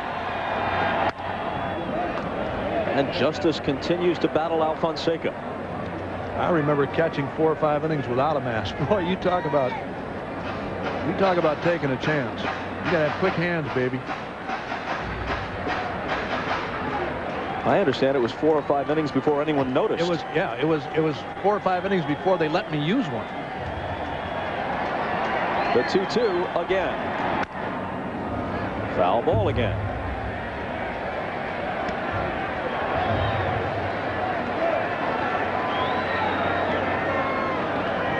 This is Bib Roberts on the Indian bench, and on the underside of his cap he's written "Never Give Up." Another foul ball.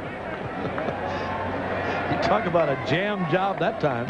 Dave Justice's motto, apparently, never sit down. He's up there for the rest of the night. Watch this. Inside, and he lets go of the bat. He can't hang on to it on that foul ball. He just asked the home plate umpire, was that a strike? Greg Koss says no, it was upstairs. Up and in.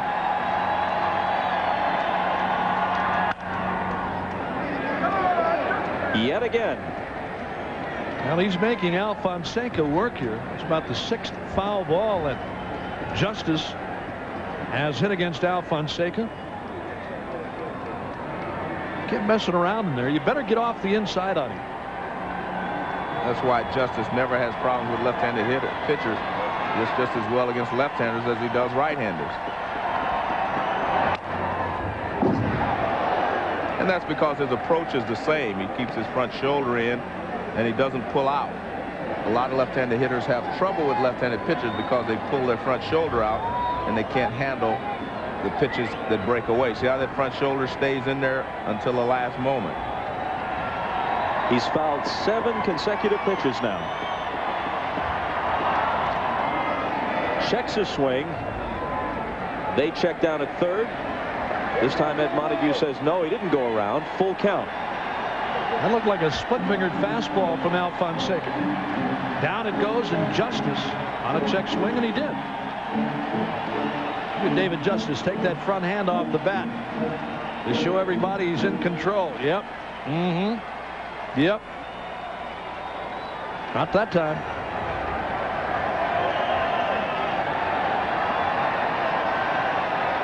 We're in the 4th. 6-1 Cleveland, trying to get even in the World Series. And finally, Al Fonseca strikes him out.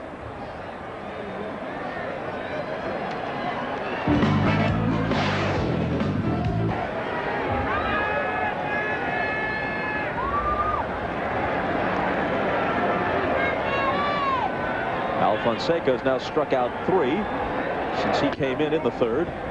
Ball 1 inside to Matt Williams. Took him 14 pitches to strike out David Justice, but he finally finished him off.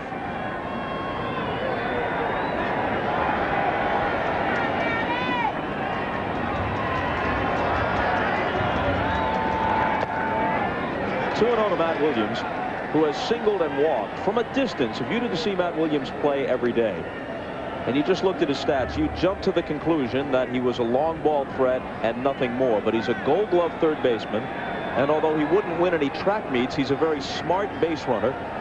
And you saw it as he scored from first on the Alomar double earlier in the game, the way he was able to execute the hook slide around the Charles Johnson tag.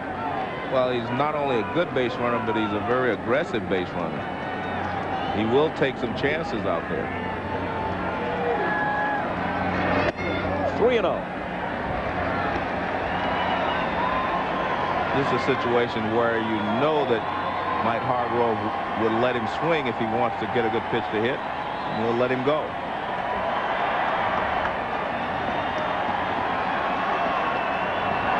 He is swinging. He shatters the bat, and it's a base hit by Bonilla, and you can see how Bonilla is struggling out there. Well, the surprising thing to me is that more right-handed hitters against Tony Saunders didn't hit balls his way.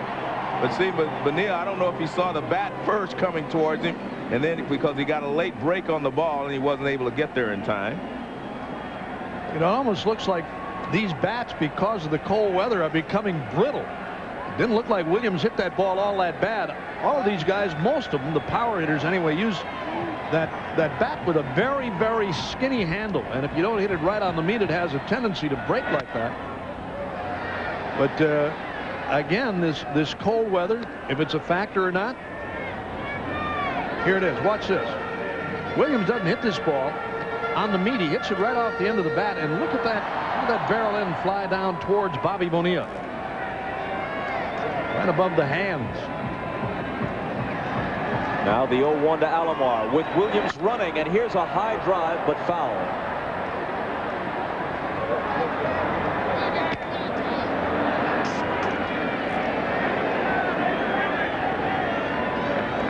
Well, Al Fonseca points over to Darren Dalton, says, okay, I'll watch him this time. Matt got a great jump going there. He did not take, Al Fonseca did not take much time to check him. Now watch Al Fonseca, see, he just goes, looks at Matt Williams, then he goes to the plate, and Matt just took off.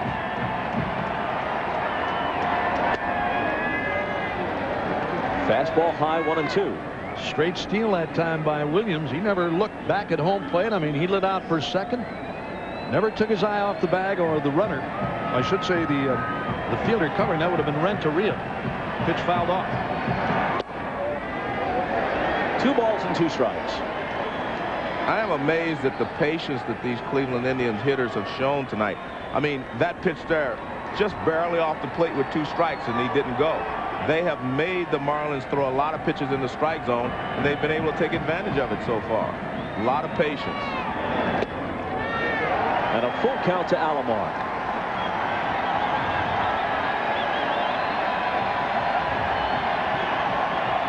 Most of the time, if you're a pitcher and you figure I can get ahead, get 2 strikes on some hitters, they will help me out by chasing pitches out of the strike zone. That has not been the case tonight.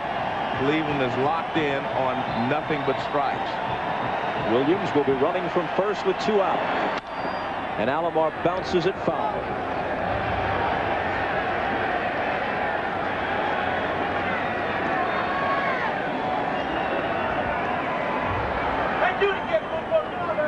Tomorrow, Leland has Livan Hernandez, the Game 1 winner, set to reprise his matchup with Oral Hershiser, who was the loser in the World Series opener. Another foul ball.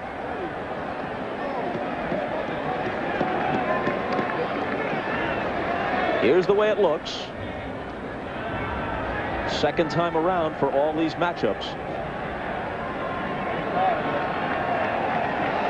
What do we think about Nagy and Leiter in a Game 7? Well, but I hope it's not like last night. Cold weather, 17 walks. They started their path anyway. Well, it'll be warmer at least. Right.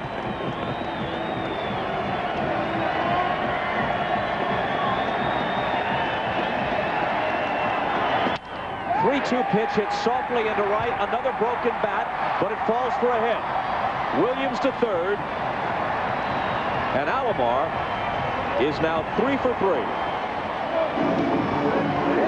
It's hard to imagine these bats breaking the way they are. And again, everything right above the hands. First on Williams, now on Alomar. Again, watch this. Again, the pitch hit off the end. It was down low and outside. Nice follow through by Alomar, but with only the handle. Watch this. There goes the runner. Pitch down low and outside, and Alomar takes it into right center. And again, the barrel end of that bat winds up out on the infield. Well, when Alomar got to first base, he told David Nelson, I hit that ball good. That's what he said. Something's got to be wrong, Joe. I mean, these bats, either the cold weather is doing that. Let's listen. Good boy, Sandy. Nice going, big guy. I hit that ball good. You hit it good? Bat just cracked. You hit it on the fat part of the bat, huh? Yeah. Hey, well, I read his lips, and he said, I hit the ball good. I knew that's what he said. And it did not look like the bat should have shattered like that. Thome takes a strike. He's 0 for 1 with a walk.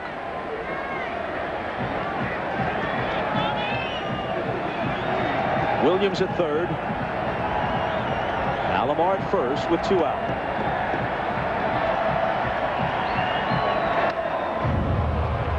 And Alfonseca gets ahead of Thome, 0-2.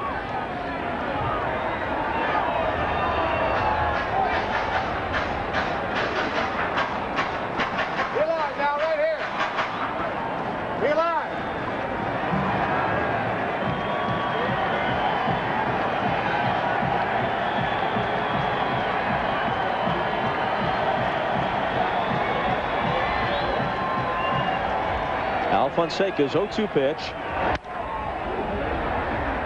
In the past, a lot of players have complained that the wood was not as good as it was, say, 4 or 5 years ago. They were running out of white ash is what they used in the bats a lot of times. And now they're using a lot of different models of bats, a lot of different companies making bats. And sometimes that wood dries out and it will shatter. And this cold weather doesn't help it. He lays off. It's 1-2. As we mentioned last night, you don't have to have played in the major leagues. If you've played baseball anywhere, little league, high school, in cold weather especially, When they get in on your hands and they bust your bat, man, does that sting. You get those bees going in the palms of your hands. It's a strange feeling and not a pleasant one.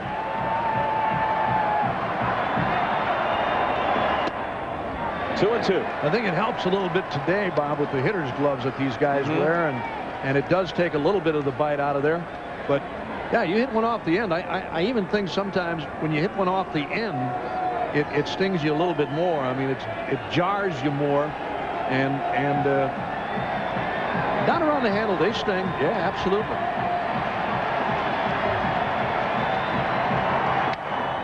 Foul back. The best hitters will tell you when you hit a ball really well, sometimes you don't even feel it. You're right. You're right. You're absolutely right. There's almost no sensation. Sometimes you hit a ball, I mean, even a home run ball, you hit a ball a long, long way. It feels like the ball almost slides off the bat. There's no real impact felt by the hitter. You know when you hit it. Full count to Tomey. They're not swinging at anything out of the strike zone. Here's a look at Tomey's bat. You see these different models. His end of this bat is hollowed out. You know, the barrel end. We call that cup in the bat. The reason for that is you can get a heavier bat with better wood. You cup it out and it swings like a lighter bat, but it has the great wood in it. See that hole right there? That's what it is. That's called a cup. And he finally strikes him out with a high fastball to end the inning. The Indians don't score and still lead at 6-1. This is between innings. Eric Davis of the Orioles, sporting a very dapper chapeau, is honored as the Roberto Clemente Award winner for 1997 in recognition of his charitable activities and for his courage in continuing to play baseball during his battle with cancer. Well, now to the game at hand. The Indians leading it 6-1, but they may regret, if the Marlins rally like they did last night, may regret the fact that they've left 5 on base the last couple of innings. They had the bases loaded with nobody out after they established a 6-0 lead when Alfonseca came in, and they were unable to increase that advantage. It's 6-1 now. Things have kind of slowed down for the Indians, but Jared Wright is still throwing well in the 90s. Working into the 5th inning here. He's throwing 78 pitches through 4+. They had better swings at him last inning than any time in the ball game. He's struck Devon White out both times he's faced him. I still think Wright is capable of 90+. I'm talking about 94, 95. There you see it right there. I think every once in a while he pulls back on that fastball. Not a straight change. He'll take something off the curve, but he's still capable of throwing in the high 90s. 3-2.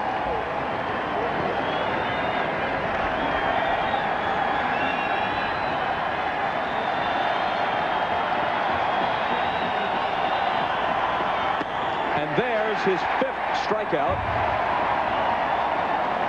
and a dubious hat trick for White, who's fanned all 3 times.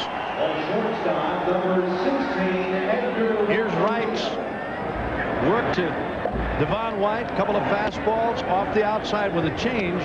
There's a fastball outside. Now a fastball right down the middle, and then he chases a high fastball with a strikeout. Ball 1 to Renteria. You can see what the Marlins are going to do. It looks like they're going to make him throw some strikes here this inning. Both hitters have gone up taking.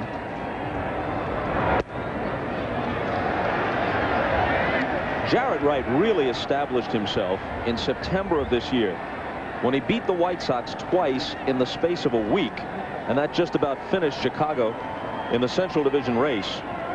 And in those 2 starts against the White Sox, Albert Bell and Frank Thomas were a combined 0 for 11 against him. I didn't know anybody could put an 0 for 11 on Frank Thomas. He's such a good hitter. 2-2. But if I was that young kid, I'd beware next year. Well, this guy having watched him pitch early when they brought him to Cleveland, having seen him pitch against Milwaukee. I'll tell you, I was really impressed with him.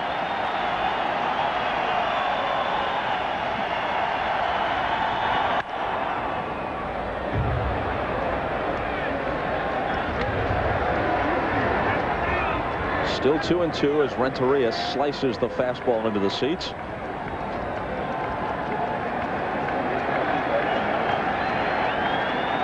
You're permitted to do what Wright is doing on a cold night. In the air to right. Ramirez has it lined up. You can't go to your mouth, but you can blow on your hand without leaving the mound when the weather conditions are like this, just to get some warmth. As long as you don't stick your fingers in your mouth. You're right, Bob.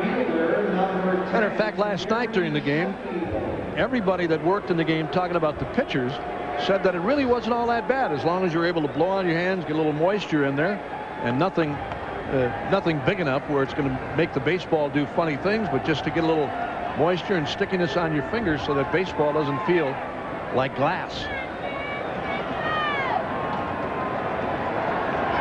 Now Sheffield, who's walked and struck out, hitting in the circumstance that Cleveland prefers, with 2 out and nobody on base.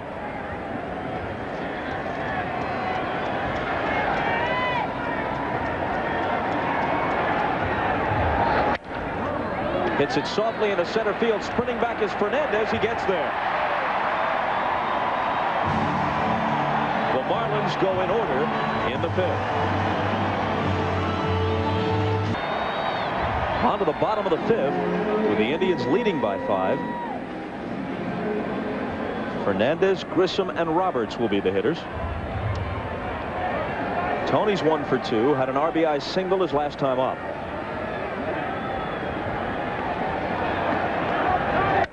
And he swings on Alfonseca's first offering, pops one toward Alou.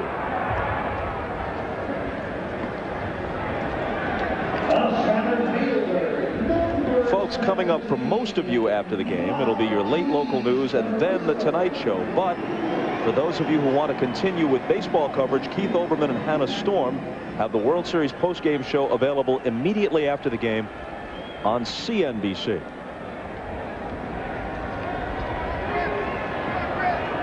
Grissom's 0 for 2.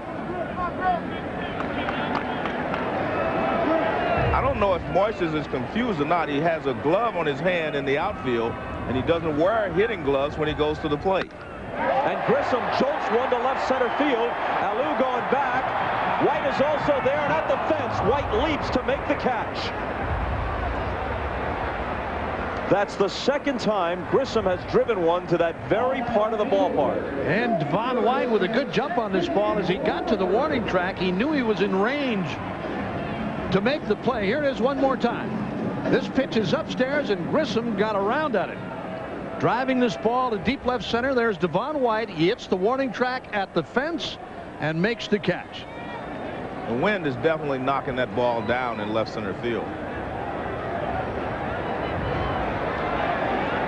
Bip Roberts 1 for 3, a double in between 2 strikeouts. Again, Devon White, he's in cruise control now. He knows he's got room. He took a look at the wall, knows he's got room, and makes the catch. Roberts bounces it to Dalton, takes it himself, and the Indians go very quickly in the 5th.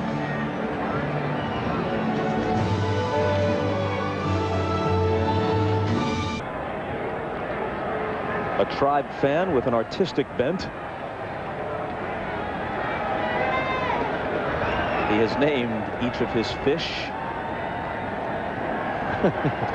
There's little more I can add. Here's Bonilla on the first pitch. He lines one to center, and Grissom will take it. Now Jared Wright working 1, 2, 3, 5th inning. Now retired the last 6.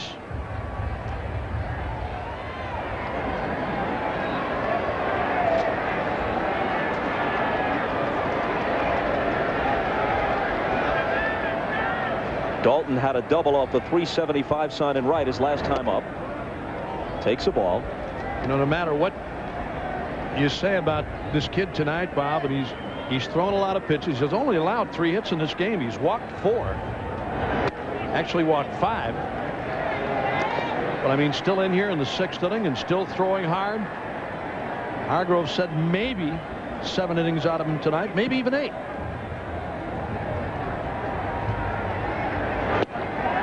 In there for a strike. Depending on what he works here in the 6th inning. He's at that century mark now.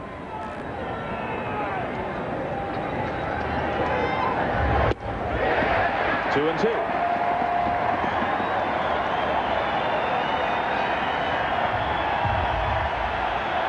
Talking about the strikeouts, 5 strikeouts, 4 walks. And a full count.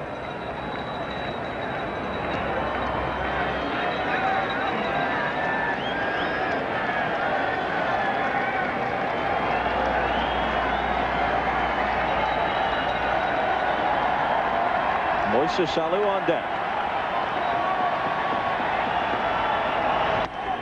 Ball 4. And now the strikeouts and walks are even. Left fielder, number 18, Moises Listen to the conversation between Bip Roberts, who's back in left field, and Dave Nelson after Roberts grounded out to end the previous half inning. All right, young man. You a little shaky? Let me, For more on that, let's go to Keith Olbermann. Keith? Bob, Dave Nelson has elaborated on that here in the Indians dugout, and it is early signs of flu for Bip Roberts, or flu-like symptoms in the head and the stomach, Bob. But for the moment, he stays in. Striking a Napoleonic stance in left field. Hand tucked in shirt.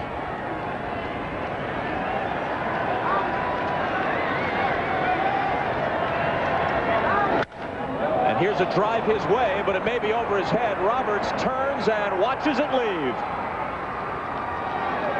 Moises Alou connects with a man aboard, and just like that, it's 6-3. Well, as they did last night, the Marlins, trailing by 4, came back to tie and eventually went on to win with a big 9th inning. And Alou touches them all with a home run to left. One more time. He's a good fastball hitter, and here's a fastball on the inside part of the plate.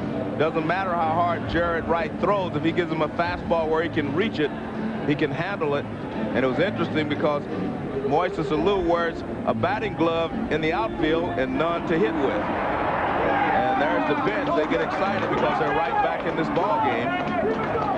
And with one swing of the bat, they figure they have a chance of winning again. Mike Hargrove told us tonight about the big leads early in the game. He said, I hate them. I don't like them. He said it seems as though there's a bit of a letdown if you get that 3-4 run lead early in the game. He led 6-0 after 3.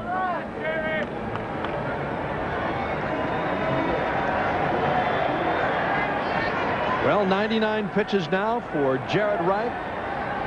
Hargrove talked about 100 to 110, the possibility for him. There's action in the bullpen for Cleveland.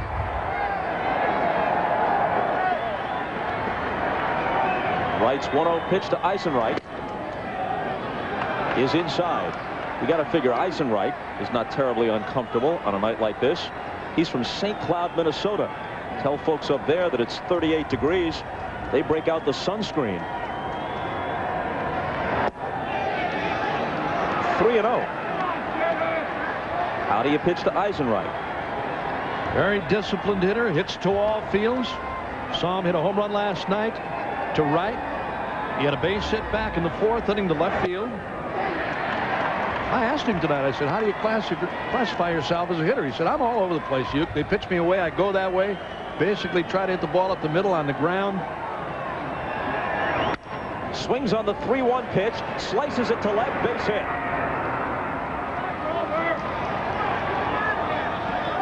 Well, you can hear some grumbling in the stands now. People hollering, get him out of there.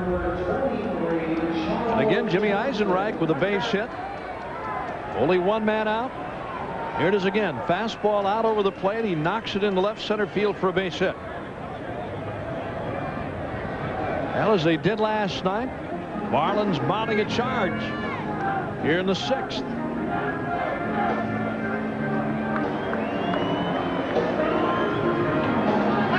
Jim Leland told us, Bob, before the game today, he said when they talked about last night's game, the players on the bench, despite the fact they were down 7-3, nobody gave up last night. Everybody was fired up and charged up. Down 6-3 now.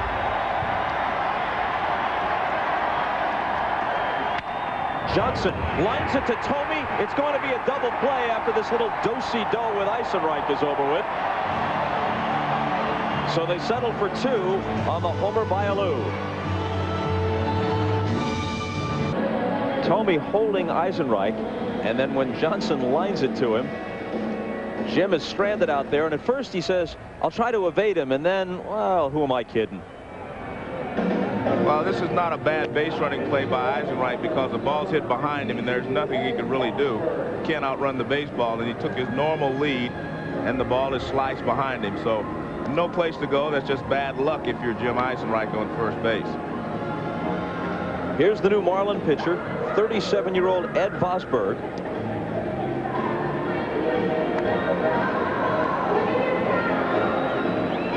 Began the year with the Texas Rangers, finished it obviously in Florida.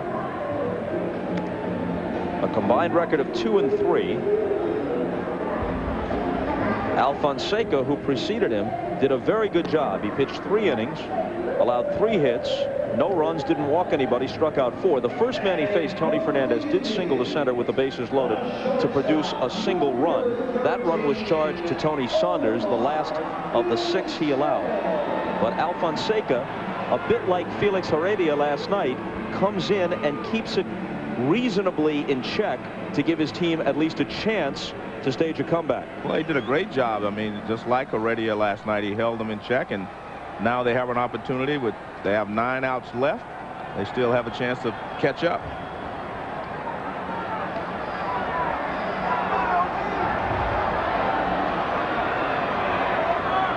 Vizquel singled in the first and then scored as Ramirez followed with a homer. Overall 1 for 3. There's a strike.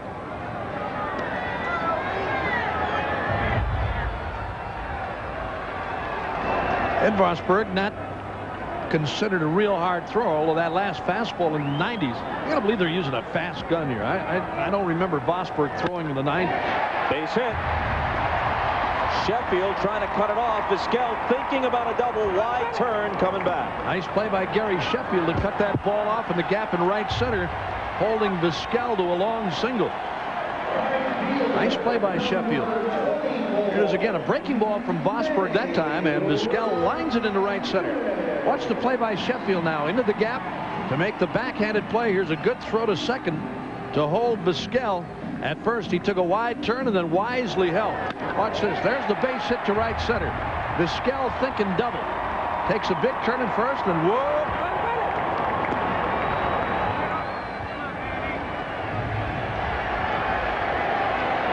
Devon White right behind Sheffield. Alphonse and Gaston. I got it. You got it. Just in case Sheffield missed it, Devon White was going to hold Vizquel at first with that phantom throw. Little outfield pantomime. Dalton's able to pick it up as the pickoff throw got away. Well, one throw got away from him on the first base side. This time this one is on the inside of the bag, and he throws a shoulder block into Vizquel and goes after the ball. Vizquel, a relatively small guy, has no chance in that one-on-one with Dutch Dalton. He could have gotten steamrolled.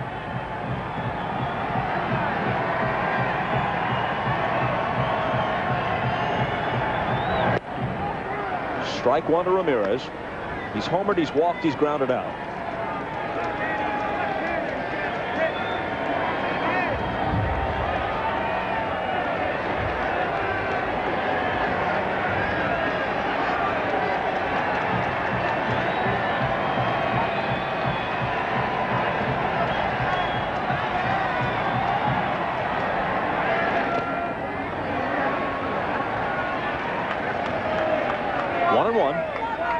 Manny Ramirez back in the first inning against starter Tony Saunders. Got an off-speed pitch and hit it out of here in right field. He went right along with it, and he gets almost the same kind of stuff from Eddie Vosburgh. There it is right there. Tony Saunders threw an off-speed pitch down low and away, and he hit it out of here and right. Get basically the same stuff. Now, Charles Johnson wants to talk things over with Ed Vosburgh. Vosburgh, breaking ball, change up. He's got a curve change, fastball that'll run away from a right-handed batter.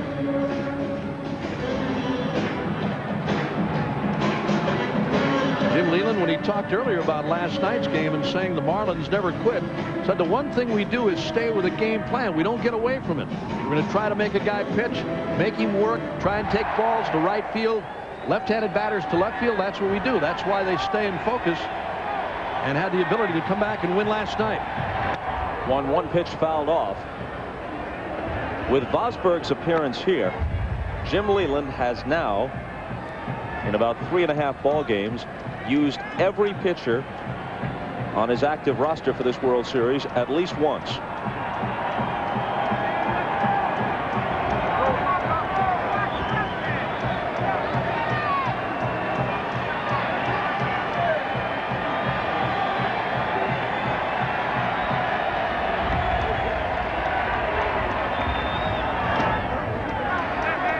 Talk about a guy who's been around. Vosburgh is 37 years old, came up to the majors in 1986 with San Diego, then disappeared to the minors until 1990 when the Giants brought him up. Back to the minors again before reappearing with Oakland in 1993. In fact, part of that time he was in Italy. He pitched in Italy in 1992. Then the Rangers picked him up in '95 with them until he made his way to the Marlins.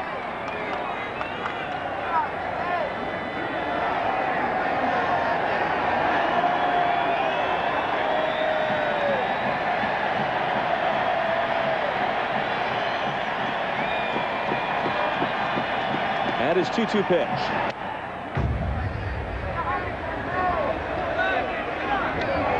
You can tell just the way that Manny Ramirez approaches the ball. He likes the ball out over the plate, likes things out away from him. He doesn't like the ball, fastballs in. Watch how he goes.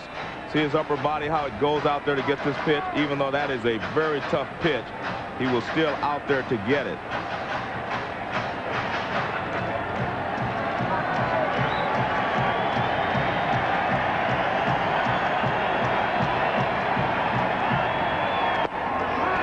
Full count.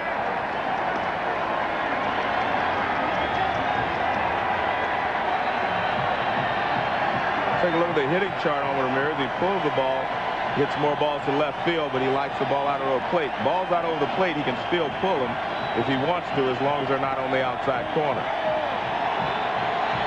The Indians lead at 6-3.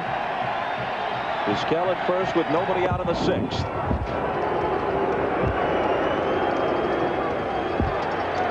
Because this team has not scored any runs since the 3rd inning, you can almost expect for Hargrove to try to do something here.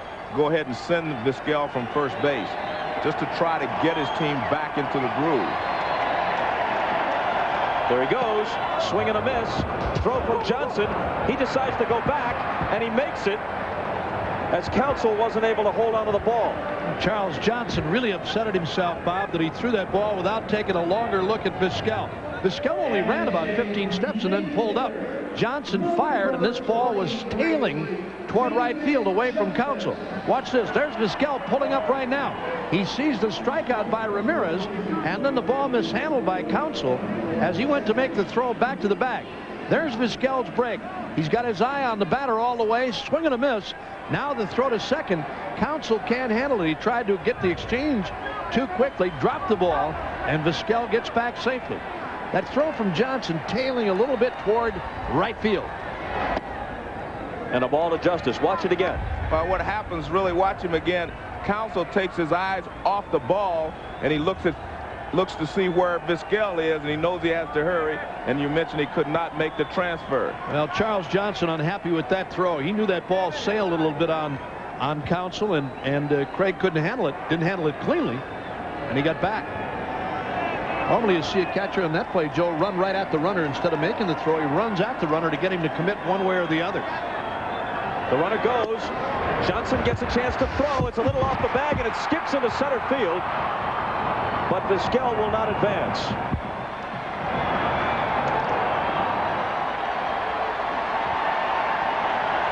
So a straight stolen base and obviously no error because there's no advance beyond second. Now that's not a bad pitch for Johnson to throw on, but he threw that ball on the shortstop side of second. There you see Vizquel getting up at the plate, run down in center by Devon White. Here's Vizquel again with a head-first slide. Renteria can't make the play. Throw on the other side of the bag. And Johnson, kind of surprising tonight. There's a couple of bad throws back-to-back, one tailing one way. He threw the other one in the left center field.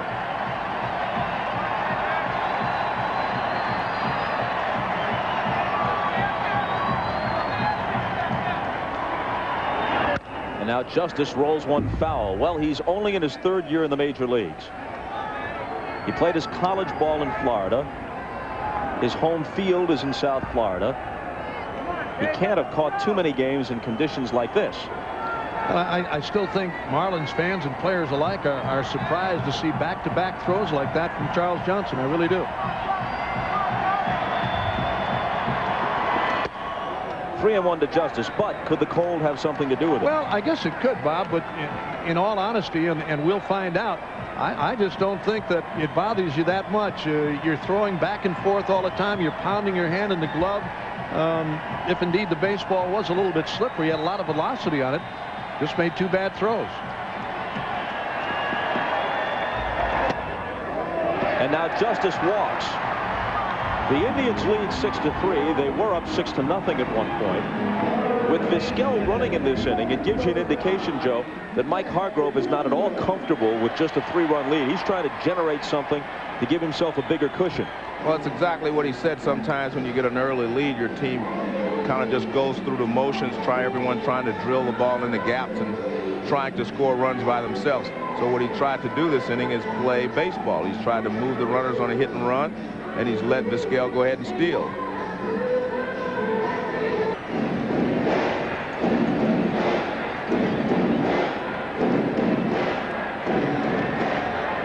Now Matt Williams comes to the plate. With 2 on and 1 out. He's singled twice and walked.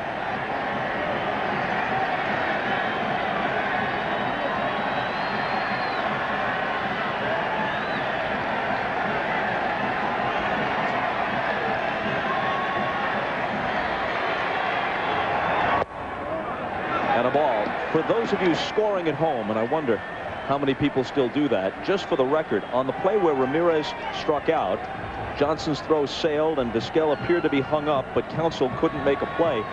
That is officially no play beyond the strikeout. There's no error charge. Vizquel wound up where he had started at first base. Foul to the seats.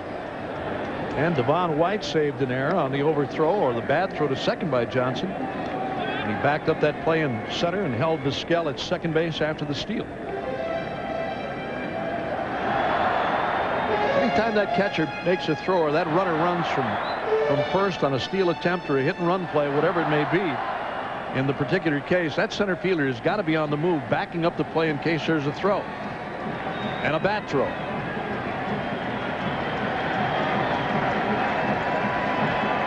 The 1-1 pitch. Misses. I remember as a kid listening to a game, I'd hear Red Barber or Mel Allen say, for those of you scoring at home, and I always felt like I was a slacker. I mean, I thought I was a pretty good fan, but seldom was I really scoring at home. You're not jumping in here. You're not helping me at all. I love that play there. I was 8 years old. Inside 3-1. And you still are.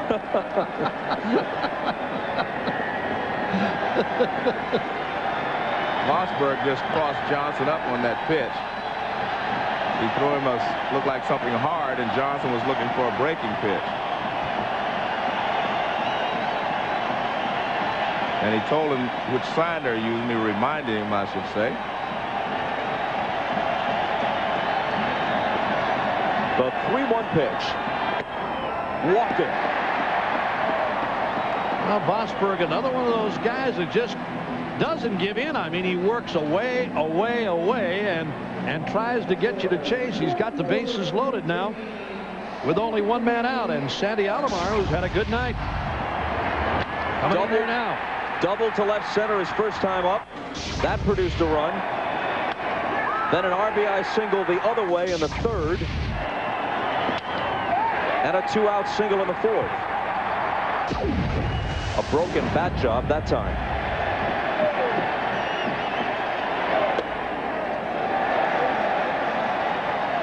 One and 0. And I don't think we can say enough about these Indians hitters tonight and their patience. No one is swinging at bad pitches. Matt Williams took ball 4 there. Alomar takes a pitch just off the plate. No one's overly aggressive and swinging at pitches out of the zone. 2 balls and no strikes with the bases loaded and 1 out. And if you're just tuning in, yes, that's snow. Well, earlier tonight, it really snowed heavily here in Cleveland. Nothing that really stayed on the ground, but batting practice had to be stopped for a little while. Both clubs did hit tonight, despite the fact that it was very cold. It snowed very hard earlier, and then things backed off. But it's been on and off all through the game. Little showers of snow here and there. 2-0 pitch. Rifled down to Bonilla, who makes a fine play. Steps on third. Throws to Dalton, who can't handle it. Trying to get the double play. And so a run scores. Nice play by Bonilla. He had a tough run to get to the bag. Then he had to throw off balance. So he just kind of drops down, comes up with it. Now watch. He steps on the bag, throws off balance, and the throw is up the line. Dalton tries to catch it and tag Alomar as he goes by, but not able to do that. You see not a lot of range there from Bonilla, but he does come up with it. He steps on the bag, and his throw is just offline. He doesn't come home with the ball simply because he thought he had a chance of getting a double play on the slower catcher running, but the throw you can see is offline. A good throw, and he would have had it.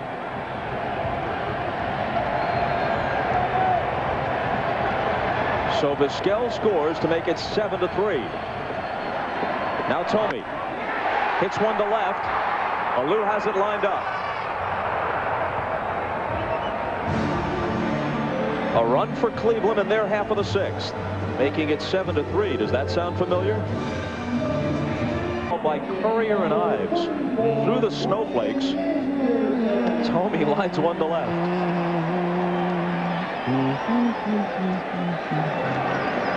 And as best we can read it, the temperature around 37, 38 degrees. It's not bad. Not too bad. New pitcher in shirt sleeves, Brian Anderson. What is it with all these guys without the long sleeve shirts? We asked Jim Leland about that tonight. He said, really? I didn't notice. And a new left fielder, Brian Giles. As we noted earlier, Bip Roberts wasn't feeling well. Early onset of the flu, it seems. And so Giles replaces him in left.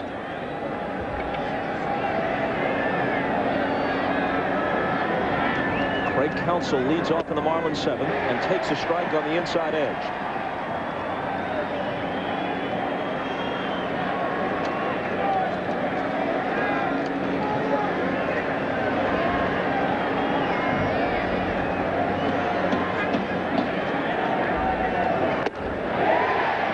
Last night, the Indians led 7-3. That's the score now. Eventually, the Marlins prevailed 14-11.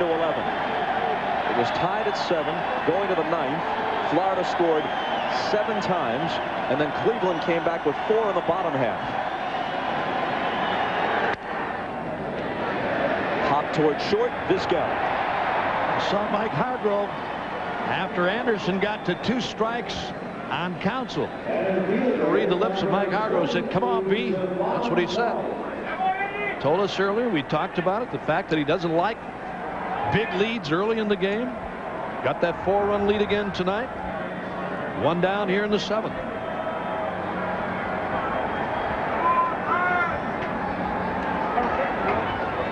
Devon White happy to see anyone other than Jarrett Wright, against whom he struck out all 3 times.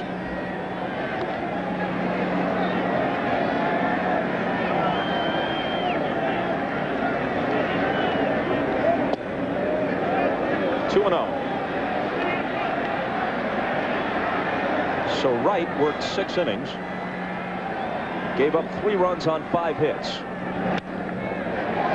leaves leading 7-3.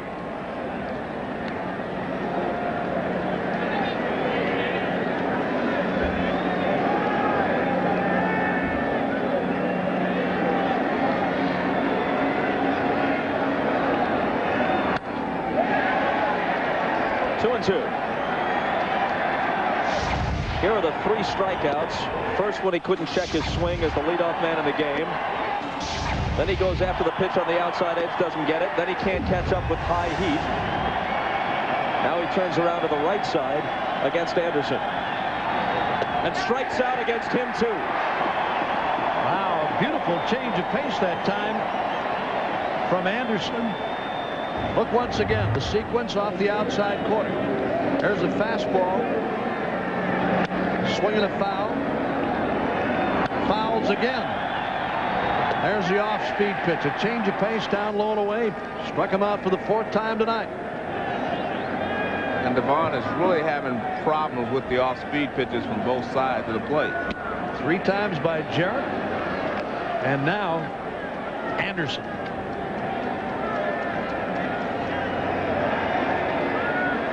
Renteria bats with 2 outs and nobody on and takes a strike.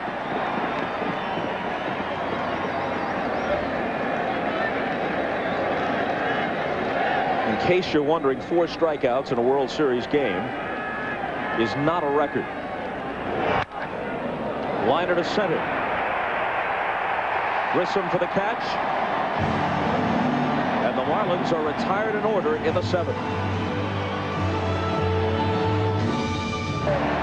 The captain of the Goodyear Blimp Spirit of Akron is John Moran, a veteran over 20,000 flight hours. Probably very few of them as cold as this. You were talking a moment ago about 4 strikeouts not being a World Series record. What is it? Well, Devon White has fanned all 4 times tonight. He's one off the record of 5 by Yankee pitcher George Pipgrass against the Cubs in 1932. Fernandez faces Vosberg. Swings and misses. That information courtesy of Elliot Kalb, working with Jeff Sleet in the booth. Thanks to stage manager Tom McDermott for his fine work during this postseason.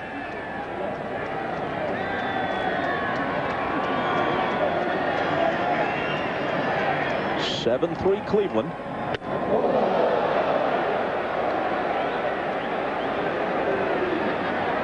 Well, Vosberg throws one up and in on Fernandez. Fernandez went out and swung at the curveball, so he comes back inside with a fastball.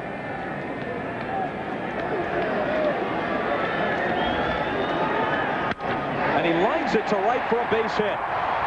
Sheffield toward the line. Fernandez a wide turn, but he's content with a single. Although Tony Fernandez pennant-winning home run off Armando Benitez of the Orioles was hit left-handed, he's done much of his damage this year from the right side. He hit around 400 right-handed during the regular season and over 400 from the right side in the playoffs.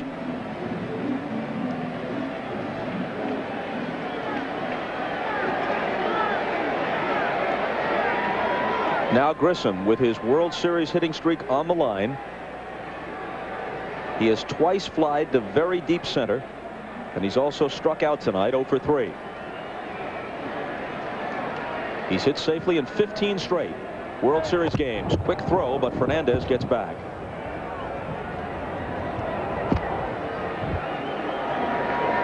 Tony Fernandez has proven that he can be a very valuable player on a ball club, although he would love to still play shortstop. I don't think he is capable of playing shortstop on an everyday basis on a pennant-winning team anymore, but he's such a good player that he can play second base, he can play third base, he can play an occasional shortstop and still do a great job. Chopped off the plate. Bonilla comes in. He'll have to make a quick throw, and he got him.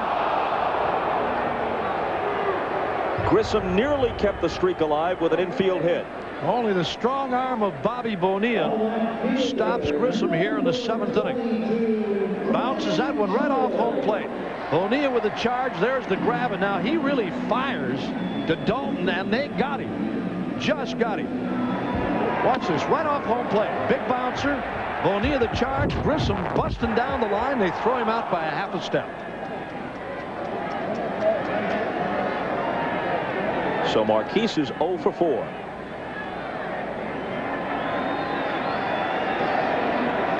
Fernandez took second on the play. Brian Giles for his first at-bat of the night. He replaced Bip Roberts in left field in the top of the inning.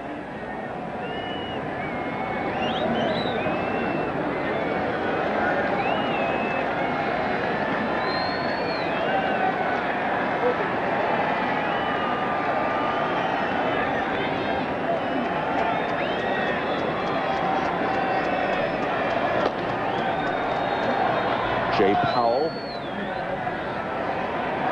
up in the Marlin bullpen. Giles hits one into center field. Devon White coming on, can't get there. Fernandez waved home. It's 8-3 on the hit from Giles. Excellent base running by Tony Fernandez. He looked to see where the outfielders were playing before the ball was hit, and he knew that left center field was open, and there was no way that Devon White could get to it. Giles fights this fastball off on the inside part of the plate and sends it in the shallow left center field. But Tony Fernandez, you can see he's running all the way. He knows that that's a base hit. All base runners should check the outfield to see where the outfielders are playing when you're at second base. Well, the Indians bench again. They're up by 5 now at 8-3. Big base hit by Brian Giles.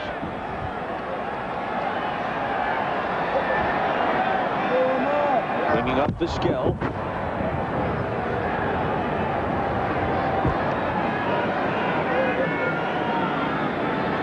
So Fernandez singles, takes second as Grissom bounces out and comes home on Giles' soft single to center.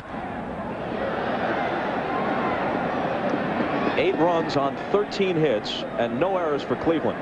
3 runs, 5 hits, 2 errors for the Marlins.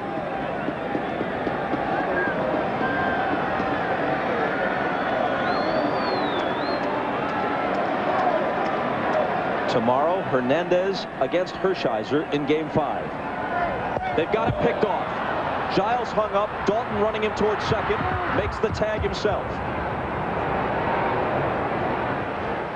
Good play by Darren Dalton here as he ran Giles towards second. He kept faking.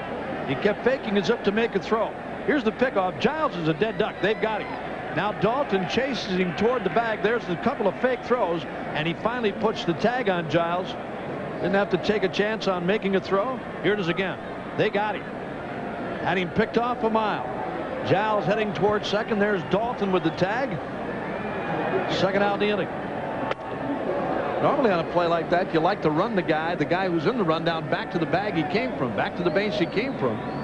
But in that instance, Darren Dalton ran him down. Mike Hargrove just said to Brian Giles, good move.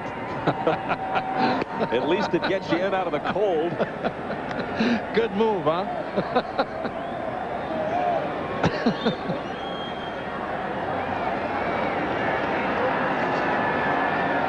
Borders, Alomar asking Giles, so how is his move? Good. Evidently.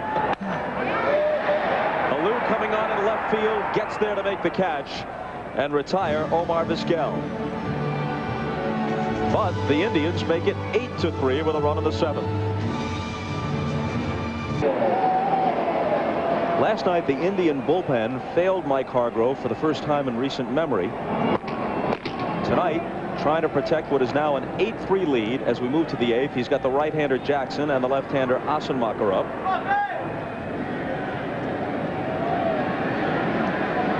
You see how effective they were through the first 13 games of the postseason, but last night, not exactly what Mike Hargrove had in mind.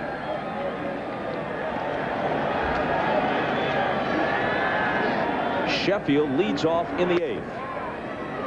Joe, when you see him do that little twitching motion before each pitch, even though it's not the same move, is it the same idea that you had when you twitched your left arm? No, mine was a little different in that I was just reminding myself to get my elbow away from my body. What he's doing is getting his bat started, so he never stops it.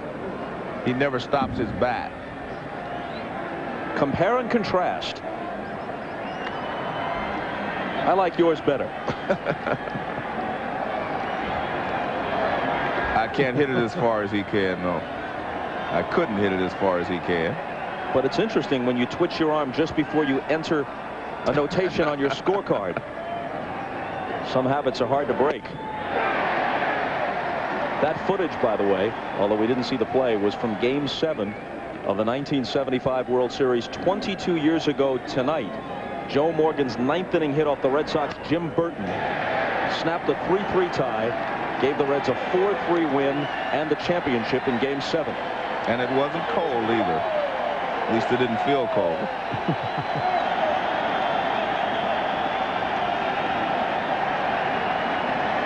Well, it's cold, and it feels cold here. And it's snowing. And the 2-2 to Sheffield. Tomorrow's supposed to warm up. Actually, they say in the 50s tomorrow, with a slight chance of some precipitation, but nothing major. Should be all right tomorrow. Good, because I understand had this continued, they had planned to replace the 7th inning stretch with the 7th inning Iditarod. Plenty good. Another 2-2 pitch, and Sheffield is gone.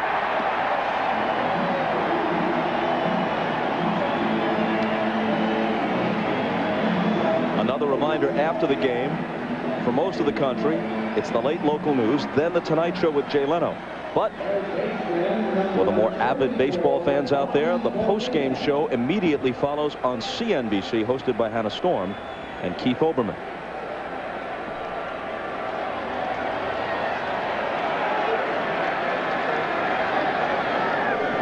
Anderson to Bonilla, fouls it back for strike 1. We're in the 8th. Cleveland leads it 8-3, trying to put a Game 3 disaster behind them and square the series at 2 games apiece. Popped up, way up. Who wants it? Tomey calling. Whoa! And he has to backhand it in front of the mound.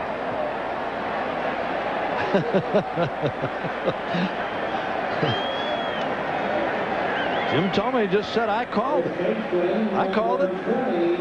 I called it all the way. Williams was coming from third. This is a towering fly ball off the bat of Bobby Bonilla, fighting the snow. Tomey said, I made the call. I called it. Made the backhanded catch with Williams right alongside of him. Another one out of play. Yeah, but usually on those high pop-ups on the infield, you let the Gold Glover take it.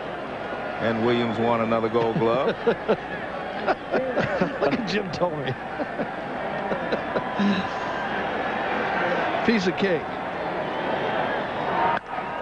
Hit hard through the middle. A 2-out single for Darren Daulton, who's now 2 for 3 with a walk tonight.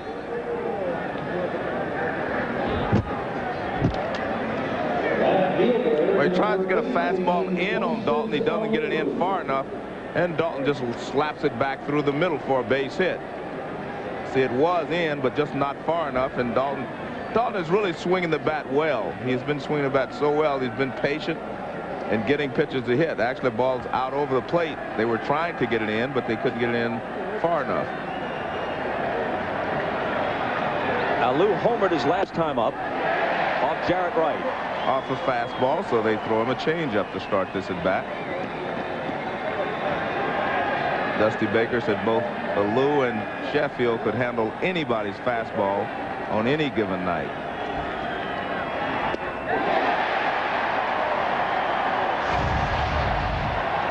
Here's this home run, fastball in, and he drills it over the left field wall. That's against the wind, and he's still got enough of it to get it out of here. But he's really swung poorly at these changeups that they've been throwing in the last couple of days. Anderson ahead of him 0-2. He reaches for it, pops it wide of first. Tomey leaning in and making the play.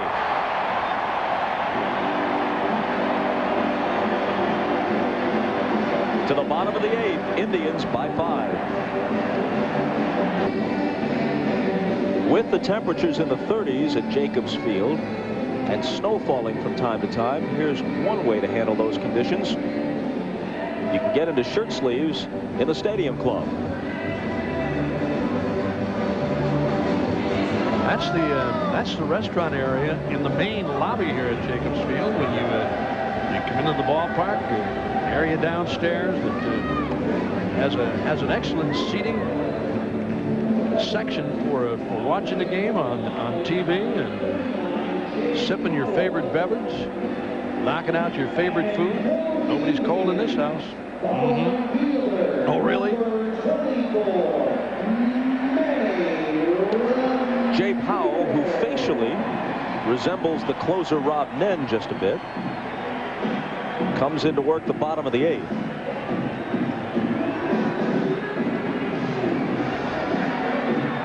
They've all had their chances. Cook and Nen have been the key guys, and Heredia was very important last night, keeping them in the game and giving them a chance to peck away and come back. Ramirez is the first man up, taking the ball. Since homering in the first, Manny has walked, grounded out, and struck out.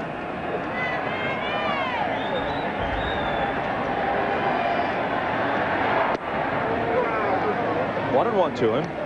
Powell has a very good fastball, and that's what he features most of the time, fastball, the slider, but his fastball can be overpowering because he has good movement on it.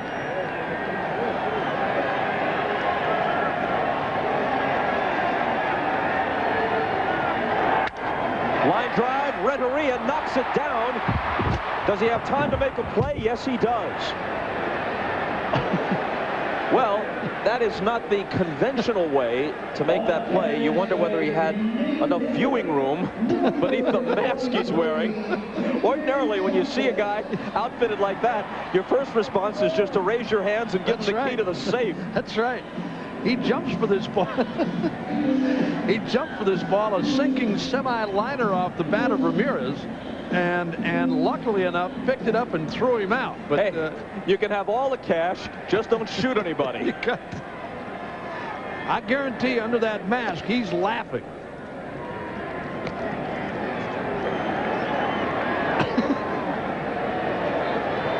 That's kind of embarrassing.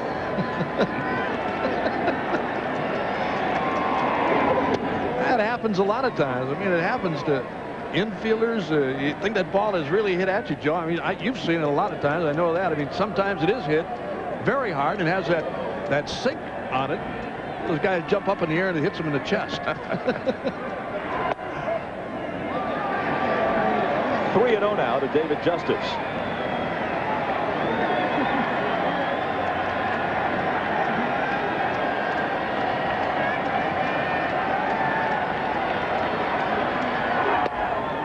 In there. Jay Powell was 7-2 this year. His ERA was 3.28. He's 25 years old, a native of Tennessee. And he walks Justice.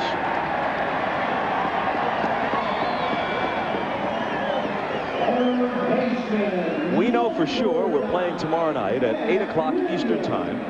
Lovan Hernandez against Oral Hershiser. If the Cleveland lead holds up in this game 4, we know for sure we're playing on Saturday at Pro Player Stadium in Florida. There's Hershiser, the game 5 starter for the Indians. That was the worst outing of his postseason career in game 1 of this World Series. Only his second playoff or World Series loss, bringing his record to 8-2. And this is a long drive to left, and it is gone. Matt Williams putting the finishing touches on a perfect night. 2 singles, a homer, and a pair of walks. And I can't say enough about these Cleveland hitters' discipline in this ball game. They have swung at nothing but strikes. They're not taking a lot of pitches in the strike zone. They get their pitch and they hammer it. This is a high fastball, belt high right out over the plate, and Matt Williams drills it over the left field wall. But they have all shown a lot of discipline in this ball game and have been able to get pitches to hit. Mad scramble there in left field. Another thing I've always liked about Williams, Joe, is you watch this one go out of here. Not one of those guys that stands there and watches. He hits the ball, he knows it's gone. I mean, he takes off and runs right away. That's the The reaction from the Indian bench, they knew he got it all. Fair or foul was the question, but it was fair by plenty. Second Indian homer of the night, bringing the score to 10-3 in the 8th.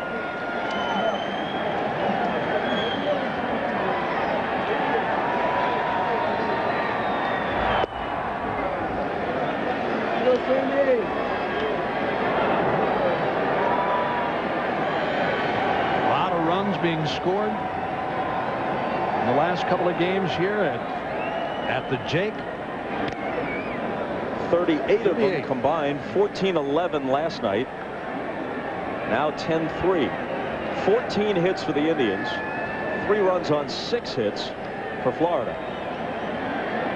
Somebody just asked Williams, did you get it all? He shook his head no. But I got enough of it, buddy. Hershiser and Giles.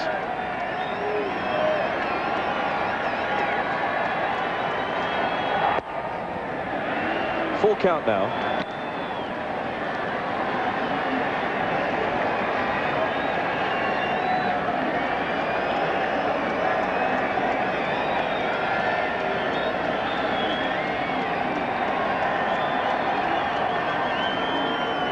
Amazing thing about this series, the Indians scored 21 runs and are probably lucky to get a split. Happy with a split thus far. Bouncing ball knocked down by Powell. He recovers to retire Alomar. So Sandy is 3 for 5 on the night. Figure 21 runs would get you a couple of wins. It didn't. 14-11 last night, 10-3 tonight.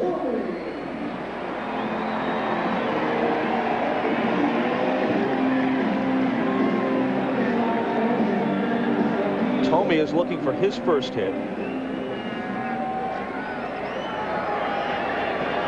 Lined out hard to left field his last time up. Ball 1.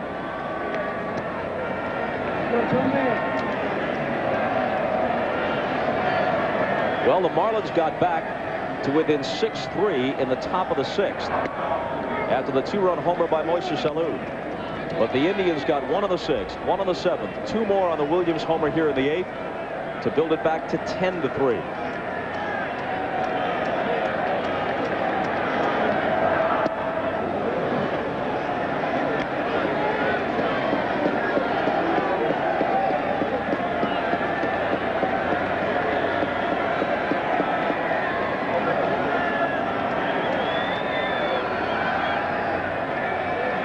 And the 1-2 pitch.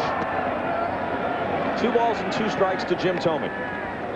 The only Indian I can remember going out of the strike zone with 2 strikes was Justice when he struck out in the 4th inning. But other than that, they have stayed right in the strike zone. Hit through the middle, and Tomey has his first hit of the night.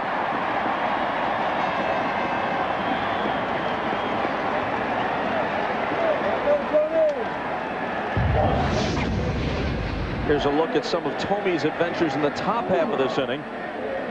Making a lunging catch on the pop in front of the mound, and then grabbing one alongside one of our cameras in foul ground to conclude the inning. Now he singles with 2 out of the bottom half.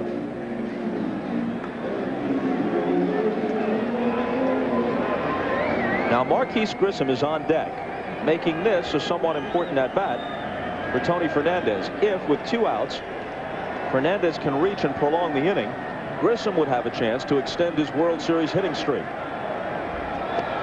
That's ball 1. When you have a hitting streak and you're going to a ball game, you say, well, I want to make sure I get 4 good at-bats. He's had 4 at-bats, but obviously he's hoping to get 1 more, but he has had 4 at-bats in this game. By that I mean you don't want to walk twice and go 0 for 2. He is 0 for 4. So he's had his opportunities. Twice hit the ball to deep center. Each time Devon White caught it at the wall. His last time up, he almost had an infield hit thrown out on a good play by Bobby Bonilla at 3rd. So he's come close. Fernandez hits the 2-0 pitch, but Renteria stops it and gets the force at second base. Typical fine play by Renteria, and Grissom doesn't get another chance. As we go to the ninth at Jacobs Field, one of two original Marlins left on this roster. In this, the 5th year of their existence, Alex Arias will pinch hit for the DH Jim Eisenreich. Brian Anderson, in his 3rd inning of work, falls behind 2-0. The other original Marlin is Jeff Conine, right-handed hitting first baseman. There's Jeff.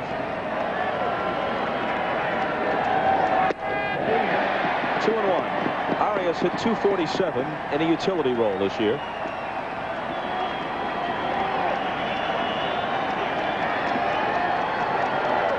Eisenreich was 2 for 2 with a walk while he was in there.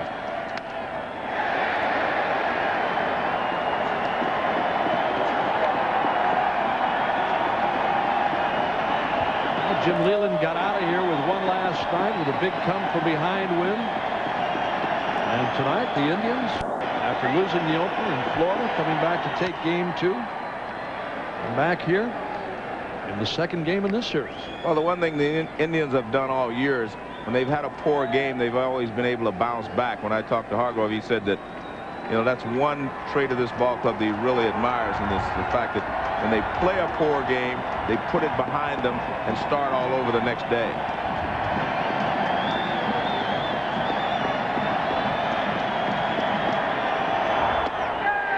They check it first.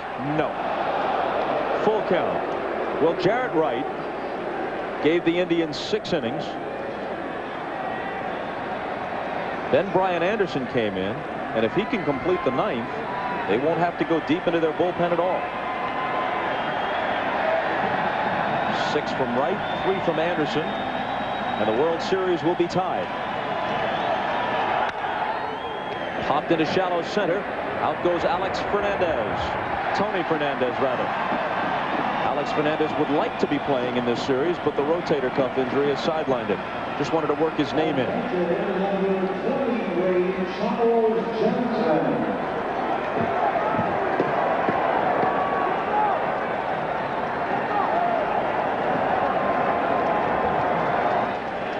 Alex Arias, meanwhile, is retired. Charles Johnson against Anderson.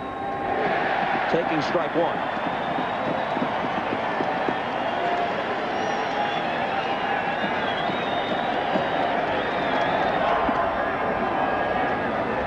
So Marquise Grissom, patrolling center field now for the Indians in the 9th, has apparently been stopped at 15 consecutive games with a base hit in the World Series, 2 shy of Hank Bauer's all-time record. Talking about Marquise Grissom, and we asked Mike Hargrove, as you look at what Grissom has done, Bauer at 17, Marquise evidently stopped at 15. Mike Hargrove talked about Grissom and David Justice as being 2 key people that have really turned this ball club around. No matter what he's asked Grissom to do, moved him out of the top spot to the 9th spot. Matt Williams throws Johnson out. And that's one of the other guys he talked about, Matt Williams. And while we're on the subject, Matt Williams is the Chevy player of the game. Had a good night in the field, good night on the bases, 3 for 3 with a home run at the plate, plus a couple of walks. Pretty fair night. Al, last night, for the most part, when that game ended, most of the fans had left Jacobs Field. Not so tonight. They stay to celebrate. Kurt Abbott comes up, right-handed batter, to hit for Counsell. And he fouls it off. For the record, Hank Bauer's 17-game World Series hitting streak went like this. He hit safely in all 7 games against the Dodgers in '56, all 7 the next year against the Milwaukee Braves, and the first 3 against Milwaukee in 1958 before being stopped at 17. 1 strike away from a tied World Series.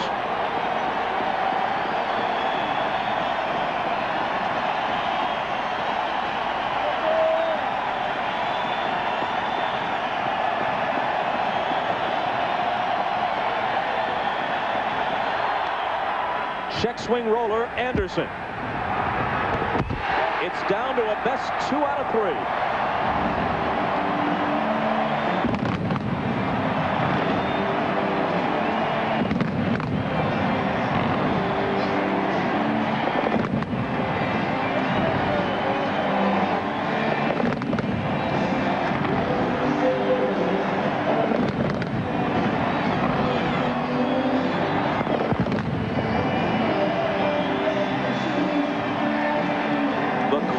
Game in World Series history goes to Mike Hargrove's Indians. And we'll be back to wrap things up after this.